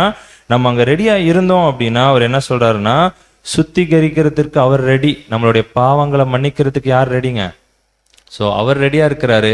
ஆனா நம்ம தான் என்ன பண்ணணுங்க, அந்த ஒரு ஸ்டெப் அங்க எடுத்து வைக்கணும் அப்படின்னு சொல்லிட்டு பாக்குறோம். படிக்கலாம் பாருங்க, 15ஆம் வசனம் தொடர்ந்து. 15ஆம் வசனம். ஆகையால் முதலாம் உடன்படிக்கையின் காலத்திலே நடந்த அக்கிரமங்களை நிவர்த்தி செய்யும் பொருட்டு அவர் மரணமடைந்து அழைக்கப்பட்டவர்கள் வாக்குத்தத்தம் பண்ணப்பட்ட நித்திய சுதந்திரத்தை அடைந்து கொள்வதற்காக புது உடன்படிக்கையின் மத்தியஸ்தராய் இருக்கிறார். ஓகேங்களா, என்ன சொல்ல, முதல் உடன்படிக்கை எதுங்க, முதல் உடன்படிக்கை, ஆமா, ஆகார் உடன்படிக்கை சீனாய் மலையில போட்டது யாரோட அப்படின்னா இஸ்ரேல் ஜனங்களோட. அதுதான் சொல்ற, முதல் உடன்படிக்கையின் காலத்திலே நடந்த அக்கிரமங்களை நிவர்த்தி செய்யும் பொருட்டு. ஓகேங்களா, அந்த ஃபர்ஸ்ட் கவர்னன்ட்னால என்ன வந்ததுன்னு நம்ம பார்த்தோம், அக்கிரமங்கள் பெருகுச்சு அப்படின்னு சொல்லிட்டு நம்ம பார்த்தோம். கரெக்டுங்களா, ஏன்னா இஸ்ரேல் ஜனங்கள் என்ன பண்ணாங்கன்னா எல்லாத்தையும் வாங்கிட்டு அங்க அக்கிரமத்தை என்ன பண்ணிட்டாங்க, பெருக்கி அங்க வச்சிருந்தாங்க. இந்த அக்கிரமம் என்ன ஆகணும் அப்படின்னு சொல்லிட்டு பார்த்தா நிவர்த்தி ஆகணும். ஓகேங்களா, யாராவது ஒருத்தர் இந்த ஒரு பாவத்துல இருந்து, அந்த ஒரு அக்கிரமத்துல இருந்து இந்த இஸ்ரேல் ஜனங்களை என்ன பண்ணணுங்க, நிவர்த்தி செய்யணும் அப்படின்னு சொல்லிட்டு பாக்குறோம். சோ அதனாலதான் இயேசு கிறிஸ்து கூட எங்க பிறந்தாருங்க, யூதரா பிறந்தாரு. அந்த நியாயப்பிரமாணத்திற்குள்ளாக பிறந்தாரு. அந்த அடிமைத்தனத்திற்குள்ளாக பிறந்து அவங்களை எல்லாத்தையும் என்ன பண்ணிட்டாருங்க, நிவர்த்தி செஞ்சார். ஏன்னா இவர் என்ன பண்ணாருங்க, நியாயப்பிரமாணத்தை, நான் நியாயப்பிரமாணத்தையோ இல்ல தீர்க்க தரிசனையோ அழிக்கிறதுக்காக வரல, அதை நான் நிறைவேற்றுறதுக்காக தான் வந்தேன் அப்படின்னு சொல்லிட்டு சொன்னார். சோ இவர் அதனாலதான் பாத்தீங்கன்னா அங்க பிறந்து அங்க இருக்கிற எல்லா நியாயப்பிரமாண கட்டளையும் கடைப்பிடிச்சு என்ன பண்ணிட்டார் அப்படின்னு சொல்லிட்டு பார்த்தோம்னா இஸ்ரேல் ஜனங்களுடைய அக்கிரமத்திலிருந்து அவங்களை என்ன பண்ணிட்டார் அப்படின்னு சொல்லிட்டு பார்த்தோம்னா நிவர்த்தி செஞ்சார் அப்படின்னு சொல்லிட்டு பார்க்கணும், ரிலீவ் பண்ணிட்டார் எல்லாரையுமே. அப்படின்னா பாருங்க, இயேசு கிறிஸ்து எத்தனை ரோல் எடுக்கிறார் பாருங்க. ஓகேங்களா, மத்தியஸ்தரா இருக்கிறாரு, பிரதான ஆசாரியாரா இருக்கிறாரு, இஸ்ரேல் ஜனங்களோட பாவத்துல இருந்து நிவர்த்தி பண்றாரு. சோ இந்த மாதிரி நிறைய ரோல்ஸ் அவர் என்ன பண்ணிட்டு இருக்கிறார் அப்படின்னா அங்க எடுத்துட்டு இருக்கிறார் அப்படின்னு சொல்லிட்டு பாருங்க. நம்மளுடைய சாரால் கவர்னன்ட்டை அவர் தான் இனிஷியேட் பண்றாரு, புதிய கவர்னன்ட்டுக்கு அவர் தான் மத்தியஸ்தரா இருக்கிறாரு. ஸோ இந்த மாதிரி நிறைய ரோல்ஸ் என்ன பண்ணிட்டு இருக்கிறாருன்னா நம்மளுடைய ஆண்டவராக இயேசு கிறிஸ்து அங்க பிளே பண்ணிட்டு இருக்கிறாரு அப்படின்னு சொல்லிட்டு நம்ம பார்க்கிறோம். ஓகேங்களா, அப்படின்னா அந்த ஒரு புதிய உடன்படிக்கையில அவர் மத்தியஸ்தரா இருப்பார் அப்படின்னு சொல்லிட்டு பார்த்தோம். அப்படின்னா என்ன மத்தியஸ்தருடைய வேலை என்ன அப்படின்னா, இந்த ஒட்டுமொத்த மனுக்குலத்தையும் என்ன பண்ணணுங்க, தேவனோட ஒப்புரவாக்கணும். கரெக்டுங்களா, மோசே அங்க என்ன பண்ணாரு, பழைய இதுல ஆகார் கவர்னன்ட்ல தேவனையும் இஸ்ரேல் ஜனங்களையும் என்ன பண்ணாருங்க, ஒப்புரவாக்கினார். கரெக்டுங்களா?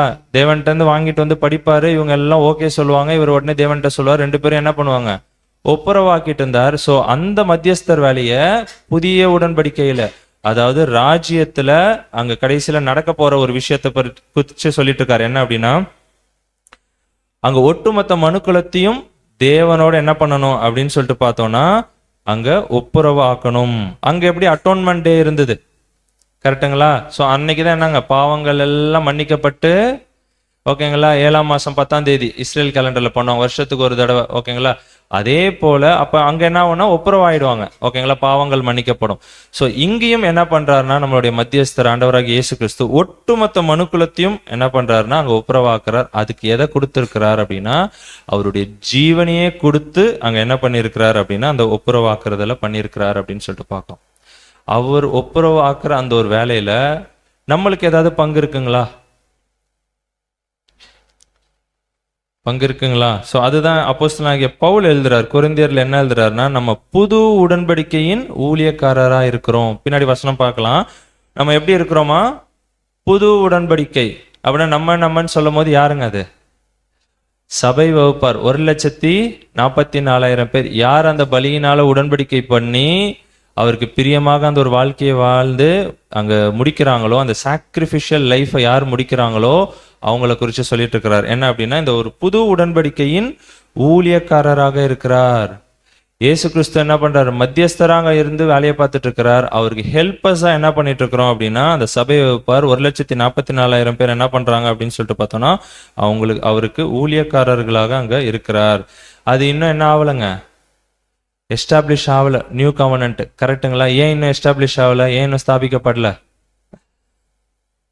ஆமா, ஏன் அது ஸ்தாபிக்கப்படல அப்படின்னா, அந்த ஊழியக்காரர்கள் இன்னும் என்ன ஆயிட்டு இருக்கிறாங்க? ஆமா, பேசிக்கிட்டோம், கிளாஸ் கேட்டுக்கிட்டும் இருக்கிறோம், கரெக்டுங்களா? ஸோ நம்ம ரெடி ஆயிட்டோம்னா, நம்ம அந்த ஒரு பலியின் ஜீவியத்தை ஒழுங்கா க்ளோஸ் பண்ணிட்டோம், கோர்ஸை கரெக்டாக முடிச்சிட்டோம் அப்படின்னா அங்க என்ன பண்ணிடலாம் அப்படின்னு சொல்லிட்டு பார்த்தோம்னா அங்க போயிடலாம் அப்படின்னு சொல்லிட்டு பார்க்குறோம். 16ஆம் வசனம் வாசிக்கலாம். 16ஆம் வசனம், ஏனென்றால் எங்கே மரண சாசனம் உண்டோ அங்கே அந்த சாசனத்தை எழுதினவனுடைய மரணமும் உண்டாக வேண்டும். ஓகேங்களா? அப்படின்னா 15 நம்ம ஆல்ரெடி பார்த்துட்டோம். 16 என்ன அப்படின்னு சொல்லிட்டு பார்த்தோம்னா, எங்கே மரண சாசனம் உண்டோ அங்கே அந்த சாசனத்தை எழுதினவருடைய மரணமும் உண்டாக வேண்டும். அதுதான் இயேசு கிறிஸ்துவும் பண்ணார், கரெக்டுங்களா? அந்த ஒரு உயில் எப்பதான் அந்த உயிலுக்கு ஜீவன் வரும்? அவங்க உயில் எழுதினவங்க இறந்தாதான், கரெக்டுங்களா? ஸோ அதே தான் இயேசு கிறிஸ்து அவங்க இறந்து என்ன பண்ணிட்டார் அப்படின்னா நம்மளுக்கு ஜீவனை அங்க பெற்றுக் கொடுத்தார் அப்படின்னு சொல்லிட்டு பார்க்கிறோம். இன்னொரு எக்ஸாம்பிள் இருக்கு எங்க அப்படின்னா, பழைய ஏற்பாட்டுல. ஓகேங்களா? பழைய ஏற்பாட்டுல இந்த ஒரு புதிய உடன்படிக்கைக்கு அழகா ஒரு நிழல் ஒண்ணு இருக்கு. ஓகேங்களா? என்ன அப்படின்னு சொல்லிட்டு பார்த்தோம்னா, மோசே என்ன பண்ணாருங்க, சீனாய் மலையில போயிட்டு அந்த நியாயப்பிரமாண கட்டளை எல்லாம் வாங்கிட்டு வந்தார், கரெக்டுங்களா? வாங்கிட்டு வந்துட்டு சில ஃபார்மாலிட்டிஸ் எல்லாம் பண்ணுவார். என்ன அப்படின்னா, காளை, வெள்ளாட்டுக்கடா இதுங்களுடைய ரத்தத்தை எடுத்துட்டு போயிட்டு என்ன பண்ணுவார்னா, பலியிட்டு அதோட ரத்தத்தை எடுத்துட்டு போய் என்ன பண்ணுவார்னா, உடன்படிக்கை புஸ்தகத்தின் மேல அங்க தெளிப்பாரு அப்படின்னு சொல்லிட்டு நம்ம பார்க்கிறோம். ஓகேங்களா? எதுக்கு அதை பண்ணுவாருன்னா, இந்த ஃபார்மாலிட்டிஸ் எல்லாம் பண்ணிட்டு தான் என்ன பண்ணுவாரா, மோசே இஸ்ரேல் ஜனங்களோட தேவனையும் என்ன பண்ணுவோம், ஒப்புரவாக்குவார் அப்படின்னு சொல்லிட்டு நம்ம பார்க்கிறோம். அந்த ஒரு நிழலை நம்ம என்ன பண்ணலாம் அப்படின்னு சொல்லிட்டு பார்த்தோம்னா படிக்கலாம். ஏன்னா இது நிழல்ல நடந்தது, மோசே அங்க பண்ணாரு. இங்க யார் பண்ண போறாங்க? நிஜத்துல புதிய உடன்படிக்கையில நம்மளுடைய ஆண்டவராகிய இயேசு கிறிஸ்து அங்க பண்ண போறார். படிக்கலாம் பாருங்க. யாத்திராகமம் 24ஆம் அதிகாரம் முதல் 2 வசனங்கள். யாத்திராகமம் 24ஆம் அதிகாரம் வசனங்கள் 1 மற்றும் 2. பின்பு அவர் மோசேயை நோக்கி, நீயும் ஆரோனும் நாதாபும் அபியூவும் இஸ்ரேலின் மூப்பரில் 70 பேரும் கர்த்தரிடத்தில் ஏறி வந்து தூரத்தில் இருந்து பணிந்து கொள்ளுங்கள். மோசே மாத்திரம் கர்த்தரிடத்தில் சமீபித்து வரலாம், அவர்கள் சமீபித்து வரலாகாது. ஜனங்கள் அவனோட கூட ஏறி வர வேண்டாம் என்றார். ஓகேங்களா? இதுல கூட ஒரு நிழல் இருக்கு. யார் மட்டும்தான் தேவன் பக்கத்துல போலாம்? மோசே மட்டும்தான். ஜனங்கள் மலையிலே ஏறக்கூடாது. கொஞ்சம் பேரை கூப்பிடுறாரு, அவங்க என்ன பண்ணணும், ஒரு இடத்தோட நின்றுடணும், கரெக்டுங்களா? அப்ப இதை நிழலா நம்ம அழகா சொல்லலாம். என்னங்க, இயேசு கிறிஸ்து மட்டும்தான் என்ன பண்ணலாம், தேவனுடைய சன்னதிக்கு போகலாம், கரெக்டுங்களா? மற்றவங்களாம் என்ன பண்ண முடியாதுங்க, அங்க போக முடியாது அப்படின்னு சொல்லிட்டு நம்ம பார்க்கிறோம். ஓகேங்களா? ஸோ அப்போ இயேசு கிறிஸ்து அப்படின்னு சொல்லும் போது அதுல யாரெல்லாம் வருவா? நம்ம சபை பார்ட் 1 பார்ட் 2 எல்லாம் பார்த்துருக்கோம். அப்படின்னா இயேசு பிளஸ் கிறிஸ்து அங்கம் சரீரம். ஓகேங்களா? ஸோ அவங்க மட்டும் தான் என்ன பண்ணலாம் அப்படின்னு சொல்லிட்டு பார்த்தோம்னா தேவனுடைய சன்னதிக்கு போகலாம். மற்றவங்க யாரும் பக்கத்துல கூட போக முடியாது. போனா என்ன ஆகும் அப்படின்னா அங்க மரணம் கிடைக்கும் அப்படின்னு சொல்லிட்டு பார்க்கணும். தொடர்ந்து படிக்கலாம். 3ஆம் வசனம். 3ஆம் வசனம். மோசே வந்து கர்த்தருடைய வார்த்தைகள் யாவையும் நியாயங்கள் யாவையும் ஜனங்களுக்கு அறிவித்தான். அப்பொழுது ஜனங்கள் எல்லாரும் ஏக சத்தமாய் கர்த்தர் அருளின எல்லா வார்த்தைகளின் படியும் செய்வோம் என்று பிரதியுத்தரம் சொன்னார்கள். ஓகேங்களா? அங்க மோசே தான் வந்து என்ன பண்ணிட்டு இருக்கிறாருங்க, எல்லா விஷயத்தையும் சொல்லிட்டு இருக்கிறாரு. இங்க யாரும் வந்து சொல்ல போறா? இயேசு கிறிஸ்து தான் என்ன பண்ண போறாருன்னா புதிய உடன்படிக்கையில எல்லா விஷயத்தையும் வந்து அங்க சொல்ல போறாரு அப்படின்னு சொல்லிட்டு பாக்குறோம். அதை நம்ம பார்த்தோம் எப்படின்னா அங்க எழுதி வச்சிருந்தாங்க மோசே அந்த நியாயப்பிரமாண கட்டளை. இங்க எப்படி எழுதுறாருங்க இயேசு கிறிஸ்து? ஆல்ரெடி ஒரு வசனம் பார்த்தோம். ஆமா, இருதயத்துல எழுத போறாரு அப்படின்னு சொல்லிட்டு நம்ம பாக்குறோம். ஓகேங்களா? சோ இங்க அதை இயேசு கிறிஸ்து பண்ணுவாரு. தொடர்ந்து படிக்கலாம். 4ஆம் வசனம். 4ஆம் வசனம். மோசே கர்த்தருடைய வார்த்தைகளை எல்லாம் எழுதி வைத்து அதிகாலமே எழுந்து மலையின் அடியில் ஒரு பலிபீடத்தை கட்டி இஸ்ரவேலுடைய 12 கோத்திரங்களுடைய லக்கத்தின்படியே 12 தூண்களை நிறுத்தினான். ஓகேங்களா? இங்க ஒரு உடன்படிக்கையை என்ன பண்றாருங்க அங்க செய்யறாரு. அதுக்குதான் என்ன பண்ற ஒரு கல்லு. ஓகேங்களா? ஆரம்பத்திலேயே நம்ம பார்த்தோம் ஒரு சின்னமா என்ன பண்றாருன்னா அங்க செய்யறாரு. இங்கேயும் என்னன்னா ஒரு புதிய உடன்படிக்கையை ஆண்டவராக இயேசு கிறிஸ்து அங்க ஸ்தாபிக்க போறாரு அப்படின்னு சொல்லிட்டு பாக்குறோம். தொடர்ந்து 5ல இருந்து 8 வரைக்கும் படிச்சிடலாம். வசனங்கள் 5 முதல் 8 முடிய. இஸ்ரேல் புத்திரரின் வாலிபரை அனுப்பினான். அவர்கள் சர்வாங்க தகன பலிகளை செலுத்தி கர்த்தருக்கு சமாதான பலிகளாக காளைகளை பலியிட்டார்கள். அப்பொழுது மோசே அந்த இரத்தத்தில் பாதி எடுத்து பாத்திரங்களில் வார்த்து பாதி இரத்தத்தை பலிபீடத்தின் மேல் தெளித்து உடன்படிக்கையின் புஸ்தகத்தை எடுத்து ஜனங்களின் காது கேட்க வாசித்தான். அவர்கள் கர்த்தர் சொன்னபடியெல்லாம் செய்து கீழ்ப்படிந்து நடப்போம் என்றார்கள். அப்பொழுது மோசே இரத்தத்தை எடுத்து ஜனங்களின் மேல் தெளித்து, இந்த வார்த்தைகள் யாவையும் குறித்து கர்த்தர் உங்களோடே பண்ணின உடன்படிக்கையின் இரத்தம் இதுவே என்றான். ஓகேங்களா? இங்க இந்த ஃபார்மாலிட்டிஸ் எல்லாம் பண்றாரு. ஓகேங்களா? சர்வாங்க தகன பலி அங்க கொடுக்கிறார் மோசே அப்படின்னு சொல்லிட்டு போறோம். சர்வாங்க தகன பலின்னா என்னங்க? சர்வ அங்கத்தையும் என்ன பண்ணிடுவாங்க? ஆமா, தகனம் பண்ணி எரிச்சிடுவாங்க. ஓகேங்களா? சோ அந்த மாதிரி ஒரு பலி அங்க கொடுக்குற ஒரு கம்ப்ளீட் சாக்ரிஃபைஸ் அப்படின்னு சொல்லிட்டு பாக்குறோம். அதுக்கப்புறம் என்ன சொல்றாருன்னா ஒரு இதனால என்ன ஆகுதுன்னா சமாதான ஒரு பலியாக அங்க இருக்கு அப்படின்னு சொல்லிட்டு பாக்குறோம். எதனால அப்படின்னா காளையோடைய அங்க ஒரு பலி. காளை யாரை அடையாளப்படுத்தும்னா நம்மளுடைய ஆண்டவராகிய இயேசு கிறிஸ்துவை அங்க அடையாளப்படுத்தும் சொல்லிட்டு பாக்குறோம். ஓகேங்களா? சோ அந்த ஒரு பலியினால அங்க என்ன ஆயிடுச்சு அப்படின்னு சொல்லிட்டு அந்த ஒரு கம்ப்ளீட் சாக்ரிஃபைஸ் இயேசு கிறிஸ்து கொடுத்ததுனால சர்வாங்க தகன பலி. ஓகேங்களா? ஒட்டுமொத்த சரீரத்தையும் அவர் என்ன பண்ணார்னா அங்க கொடுத்தார், சிந்தையிலேருந்து எல்லாத்துலயுமே. ஓகேங்களா? சோ அது கொடுத்ததுனால அங்க என்ன ஆயிடுச்சுன்னா ஒரு சமாதானம் அங்க உண்டாச்சு அப்படின்னு சொல்லிட்டு பாக்குறோம். அதுக்கப்புறம் என்ன பண்றாருன்னா உடன்படிக்கையின் அந்த ஒரு புத்தகத்தின் மேல என்ன பண்றாங்கன்னா இந்த ஒரு ரத்தத்தை அங்க தெளிக்கிறாங்க அப்படின்னு சொல்லிட்டு பாக்குறோம். ஓகேங்களா? இதனால அங்க என்ன ஆச்சுன்னா ஒரு ஒப்புரவாக்குதல் அங்க நடந்தது அப்படின்னு சொல்லிட்டு பாக்குறோம். ஓகேங்களா? இங்க என்ன ஆக போகுது அப்படின்னு சொல்லிட்டு பார்த்தோம்னா இயேசு கிறிஸ்து அவருடைய ஈடுபலியின் மூலியமாக என்ன பண்ண போறார் அப்படின்னா அந்த ஒரு புதிய உடன்படிக்கையை அங்க ஸ்தாபிக்க போறார் அப்படின்னு சொல்லிட்டு நம்ம பார்க்கிறோம். இந்த ஒரு உடன்படிக்கை கூட யார் தான் போடுறா? தேவன் தான் மனுஷர்கிட்ட போடுறாங்க. ஓகேங்களா? புதிய உடன்படிக்கை கூட இஸ்ரேல் ஜனங்களோட. அப்படின்னா அந்த ஒரு சாரால் கவனன்ட் எவ்வளோ ஸ்பெஷல் அப்படின்னு சொல்லிட்டு பாருங்க. ஏன்னா எல்லா உடன்படிக்கையுமே என்னதான் பண்றாங்க? தேவன் தான் போடுறாரு அப்படின்னு சொல்லிட்டு பாக்குறோம். இந்த புதிய உடன்படிக்கை கூட யாரு தான் போடுறா அப்படின்னு சொல்லிட்டு பார்த்தோம்னா அங்க நம்மளுடைய பிதாவாகிய தேவன் தான் அங்க போடுறார் அப்படின்னு சொல்லிட்டு நம்ம பாக்குறோம். ஓகேங்களா?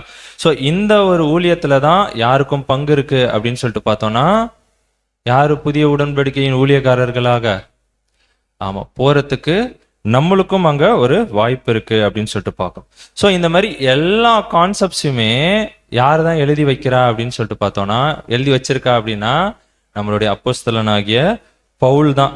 கலாத்தியர், கொரிந்தியர், ரோமர், எபிரேயர் கூட அவர் தான் எழுதுனதா சொல்றாங்க. ஓகேங்களா? ஸோ எல்லா கான்செப்ட்ஸையுமே யார் தான் எழுதி வச்சிருக்கிறா அப்படின்னா நம்மளுடைய அப்போஸ்தலனாகிய பவுல் தான். அவர் எழுதிட்டாரு. அதை நம்ம புரிஞ்சுக்கிறதுக்கு கொஞ்சம் கஷ்டமா தான் இருக்கு. கரெக்டுங்களா? கடைசியா அந்த ஒரு ஊழியக்காரருக்கு வசனம் வாசிக்கலாம் பாருங்க. 2 கொரிந்தியர் 3ஆம் அதிகாரம் 6ஆம் வசனம். 2 கொரிந்தியர் 3ஆம் அதிகாரம் 6ஆம் வசனம். புது உடன்படிக்கையின் ஊழியக்காரராய் இருக்கும்படி அவரே எங்களை தகுதியுள்ளவர்களாக்கினார். அந்த உடன்படிக்கை எழுத்திற்குரியதா இராமல் ஆவிக்குரியதா இருக்கிறது. எழுத்து கொல்லுகிறது, ஆவியோ உயிர்ப்பிக்கிறது. ஓகேங்களா? இந்த புது உடன்படிக்கையின் ஊழியக்காரராய் இருக்கும்படி அவரே எங்களை தகுதி உள்ளவர்களாக்கினார். அப்ப அதுலயே யாரும் வரா ஊழியக்காரர் இல்ல, அப்போஸ்தலனாகிய பவுலும் அதுல வராரு அப்படின்னு சொல்லிட்டு பார்க்கிறோம். ஏன்னா அவரை தகுதிப்படுத்தி இருக்கிறார். அந்த உடன்படிக்கை எழுதியிருக்கிற பிரகாரமாக ஆவிக்குரியதாய் இருக்கிறது. எழுத்து கொல்லுகிறது, ஆவியோ உயிர்ப்பிக்கிறது. ஓகேங்களா, அங்க எழுதி வச்சிருந்தாங்க, அதனால என்ன வந்தது? கரெக்டுங்களா, அங்க எழுதி வச்சிருந்தாங்க பழைய ஏற்பாட்டுல அந்த நியாயப்பிரமாணம். ஆனா அதனால என்னதான் வந்ததுன்னா மரணம் தான் வந்தது அப்படின்னு சொல்லிட்டு பாக்குறோம். ஆனா இந்த ஒரு புதிய கவர்னன்ட் ஆவிக்குரிய விஷயத்துல நம்ம பார்க்கும் போது அங்க என்ன கொடுக்க போகுது, என்ன கிடைக்க போகுது அப்படின்னு சொல்லிட்டு பார்த்தோம்னா ஜீவன் கிடைக்க போகுது ஒட்டுமொத்த மனுக்குலத்துக்கும் அப்படின்னு சொல்லிட்டு நம்ம பார்க்குறோம். ஓகேங்களா, ஸோ இது எல்லாமே இந்த கான்செப்ட்ஸ் எல்லாமே நம்ம பார்த்துட்டோம். கடைசியா இதுல நம்ம என்னவா இருக்க போறோம்?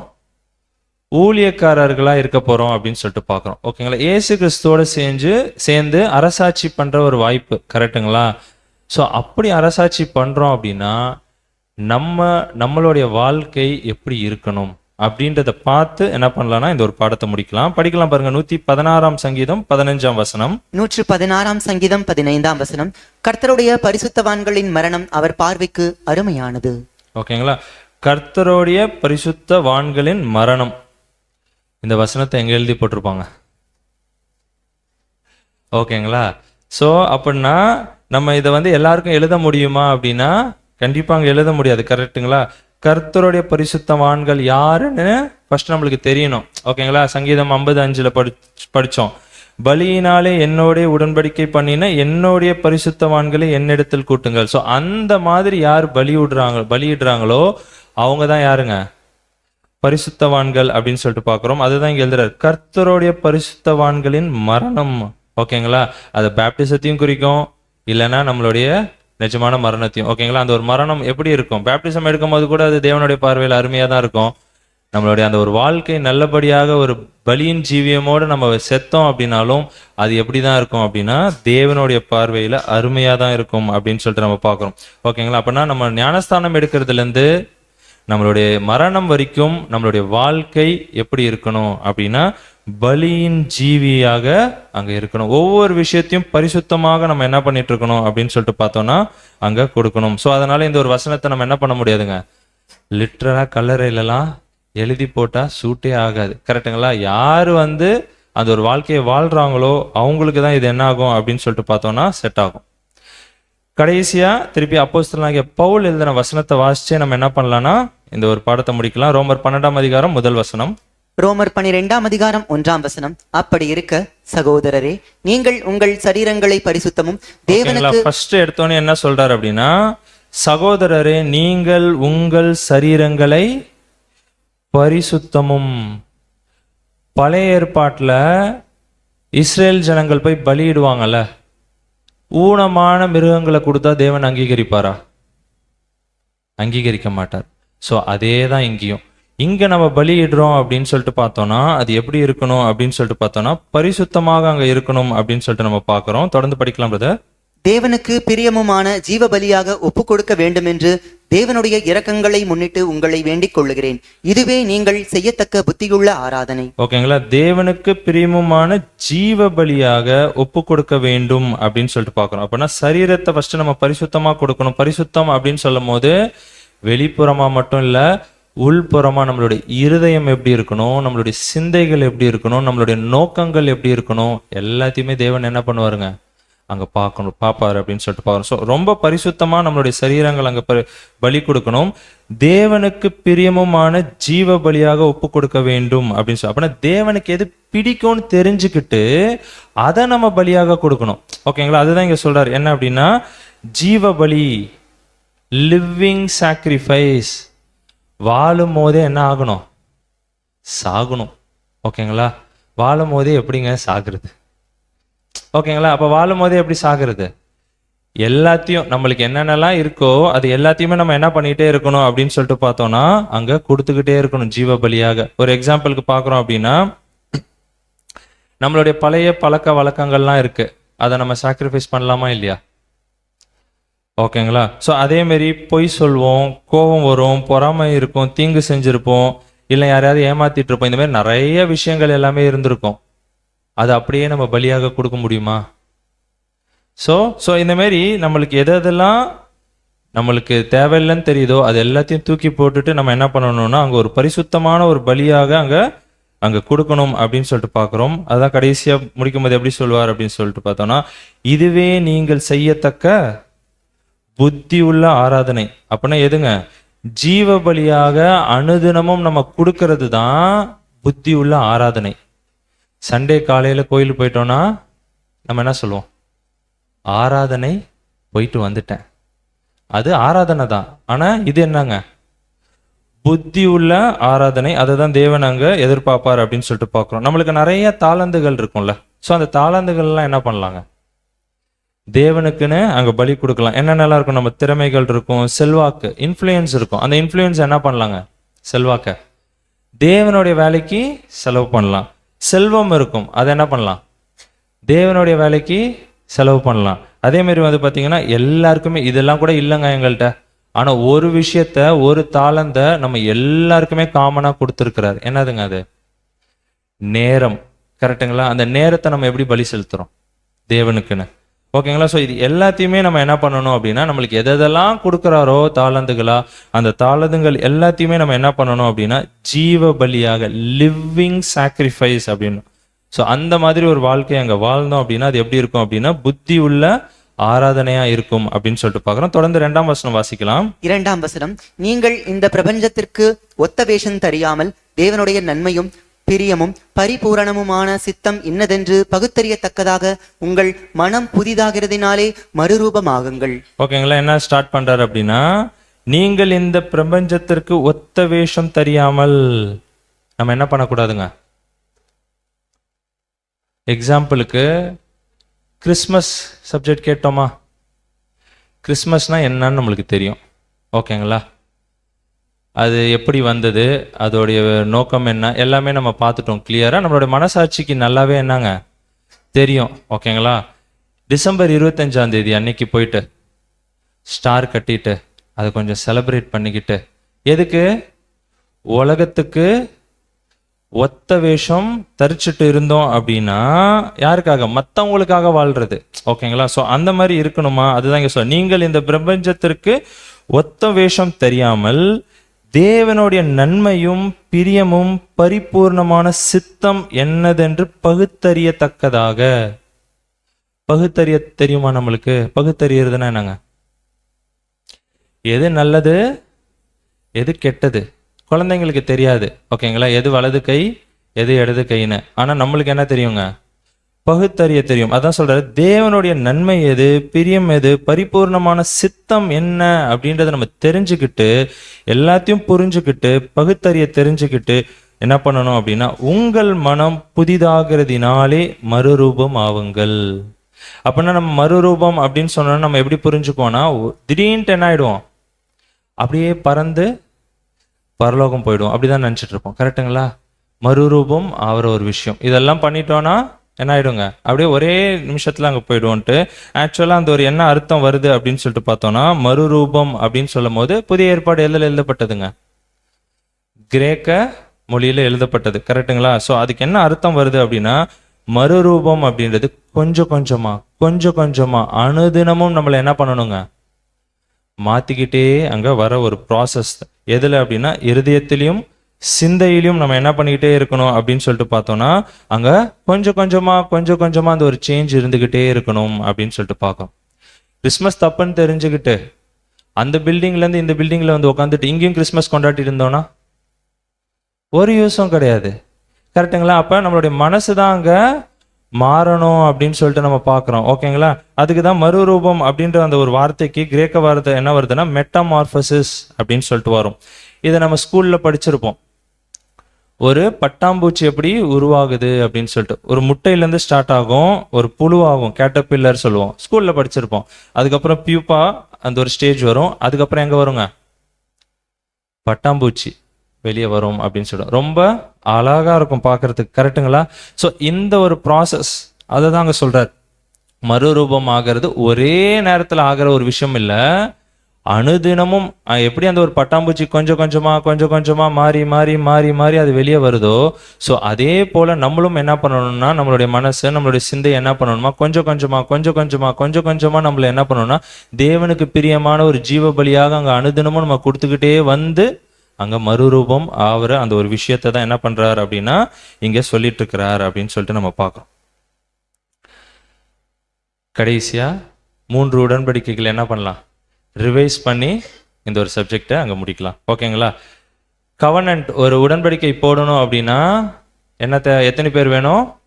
2 பேர் வேணும் அப்படின்னு சொல்லிட்டு பார்க்குறோம். தேவன் நிறைய இடத்துல உடன்படிக்கை போட்டிருக்கிறார், நிறைய பேரோட உடன்படிக்கை போட்டிருக்கிறார் அப்படின்லாம் நம்ம பார்த்தோம். அதுல நம்ம பார்க்கறது வந்து பார்த்தீங்கன்னா வெறும் 3 உடன்படிக்கைகள் தான். அதுல ஃபர்ஸ்ட் உடன்படிக்கை, அதுக்கு பேர் என்ன அப்படின்னு சொல்லிட்டு பார்த்தோம்னா ஆகார் கவனன்ட், அடிமைத்தனத்திற்குள்ளாக பிள்ளை பெற்றாள் அப்படின்னு சொல்லிட்டு பார்க்குறோம். இது எங்க உருவாச்சு அப்படின்னா சீனாய் மலையிலே உண்டானது. அது யாருக்கு அப்படின்னு சொல்லிட்டு பார்த்தோம்னா இஸ்ரேல் ஜனங்களுக்கு. அவங்க எல்லாருமே என்ன ஆனாங்க அப்படின்னு சொல்லிட்டு பார்த்தோம்னா அந்த அடிமைத்தனத்திற்குள்ளாக அவங்க வந்தாங்க அப்படின்னு சொல்லிட்டு பார்க்குறோம். 2வது ஒரு கவனன்ட் என்னன்னா சாரால் கவனன்ட் அப்படின்னு சொல்லிட்டு பார்க்குறோம். இது வாக்குத்தத்தத்தின் பிள்ளை, யாருன்னா ஈசாக்கை அங்க குறிக்கிறது அப்படின்னு சொல்லிட்டு பார்க்குறோம். ஓகேங்களா? அதுதான் வானத்து நட்சத்திர ஒரு குரூப் அப்படின்னு சொல்லிட்டு பார்க்குறோம். 3வது அது வந்து சுயாதீன பிரமாணம் அப்படின்னு பார்க்குறோம். ஓகேங்களா? 3வது தான் எது அப்படின்னு சொல்லிட்டு பார்த்தோம்னா இனிமே ஃபியூச்சர்ல தேவன் என்ன பண்ண போறார் அப்படின்னா அந்த விழுந்து போன இஸ்ரேல் ஜனங்களுக்கு திருப்பி என்ன பண்ண போறாருங்க, ஒரு லைஃப் அங்க திருப்பி கொடுக்க போறார் அப்படின்னு சொல்லிட்டு பார்க்குறோம். அப்ப அவங்களை எல்லாத்தையும் திருப்பி கூட்டி சேர்க்க ஆரம்பிச்சுட்டாரு. அந்த ஒரு ப்ராசஸ் போயிட்டு இருக்கு. நம்ம கோர்ஸை முடிச்சிட்டோம்னா கூடிய சீக்கிரம் என்ன பண்ண போறாருங்க, அந்த ஒரு புதிய உடன்படிக்கையை என்ன பண்ண போறார் அப்படின்னா அந்த இஸ்ரேல் ஜனங்களோட அங்க போட போறார். அதுதான் கேத்துரா கவர்னன்ட், இல்லைன்னா புது உடன்படிக்கை அப்படின்னு சொல்லிட்டு பார்க்குறோம். இந்த உடன்படிக்கையும் யார் தான் போடுறா அப்படின்னு சொல்லிட்டு பார்த்தோம்னா தேவன் தான் போடுறாரு. ஸோ நம்மளுடைய அந்த சாரால் கவர்னன்ட் தான் ரொம்ப ஸ்பெஷலான ஒரு கவர்னன்ட் அப்படின்னு சொல்லிட்டு பார்க்குறோம். ஓகேங்களா? இதை தான் ஆப்ரஹாம்கிட்ட ஃபர்ஸ்ட் சொன்னாரு. ஓகேங்களா? 22ஆம் அதிகாரம் 17-18 ஒட்டுமொத்த திட்டத்தையும் அங்க சொல்லியிருந்தார் அப்படின்னு சொல்லிட்டு பாக்குறோம்ல. கரெக்டுங்களா? அந்த 2 வசனத்துல ஒட்டுமொத்த திட்டத்தையும் தேவன் என்ன பண்ணியிருந்தாருங்க, அங்க சொல்லியிருந்தார். என்னன்னா, நான் உன்னை ஆசீர்வதிக்கவே ஆசீர்வதித்து உன் சந்ததியை வானத்து நட்சத்திரம் போலவும். அது யாருங்க, எந்த கவனன்ட்? சாரால் கவனன்ட். கடற்கரை மணலை போலவும். அது யாருங்க, ஆகார் கவனன்ட். இஸ்ரேல் ஜனங்களே அங்க குறிக்கும் அப்படின்னு சொல்லிட்டு பார்க்கிறோம். இந்த 2 குரூப்பும் ரெடி ஆனதுக்கு அப்புறம் என்ன பண்ண போறாரு அப்படின்னு சொல்லிட்டு பார்த்தோம்னா 3வதா ஒரு கவனன்ட்டை போட போறாரு. அங்கதான் என்ன ஆக போகுது அப்படின்னு சொல்லிட்டு பார்த்தோம்னா பூமியில் உள்ள வம்சங்கள் எல்லாம் உனக்குள் ஆசீர்வதிக்கப்படும். இஸ்ரேல் ஜனங்களும் வருவாங்க, ஒட்டுமொத்த மனுக்குலமும் வரும். எல்லாரையும் எங்க ஆசீர்வதிக்க போறாரு அப்படின்னா அந்த ஒரு ராஜ்யத்துல. அங்கதான் என்ன பண்ண போறாரு அப்படின்னா அந்த ஒரு 3வது உடன்படிக்கையை அங்க போட போறாரு. இது எல்லாத்துலயும் ஸ்பெஷல் எது அப்படின்னா நம்ம போடுற ஒரு கவர்னன்ட் தான் சுயாதீன பிரமாணம். ஒருவன் என்னை பின்பற்றி வர விரும்பினால் வாங்க அப்படின்னு சொல்லிட்டு நம்மளோட ஆண்டவராக இயேசு கிறிஸ்து சொன்னாரு. அடுத்த வாரம் நம்ம என்ன பண்ணலாங்க, ஆமா சுயாதீனமா அடுத்த வாரம் நம்ம என்ன பண்ணலாம்னா பார்க்கலாம். இது மட்டுமாய் பொறுமையாக கேட்ட நம்ம அனைவரையும் தேவன் தாமே ஆசீர்வதித்து வழிநடத்துவாராக. ஆமாம்.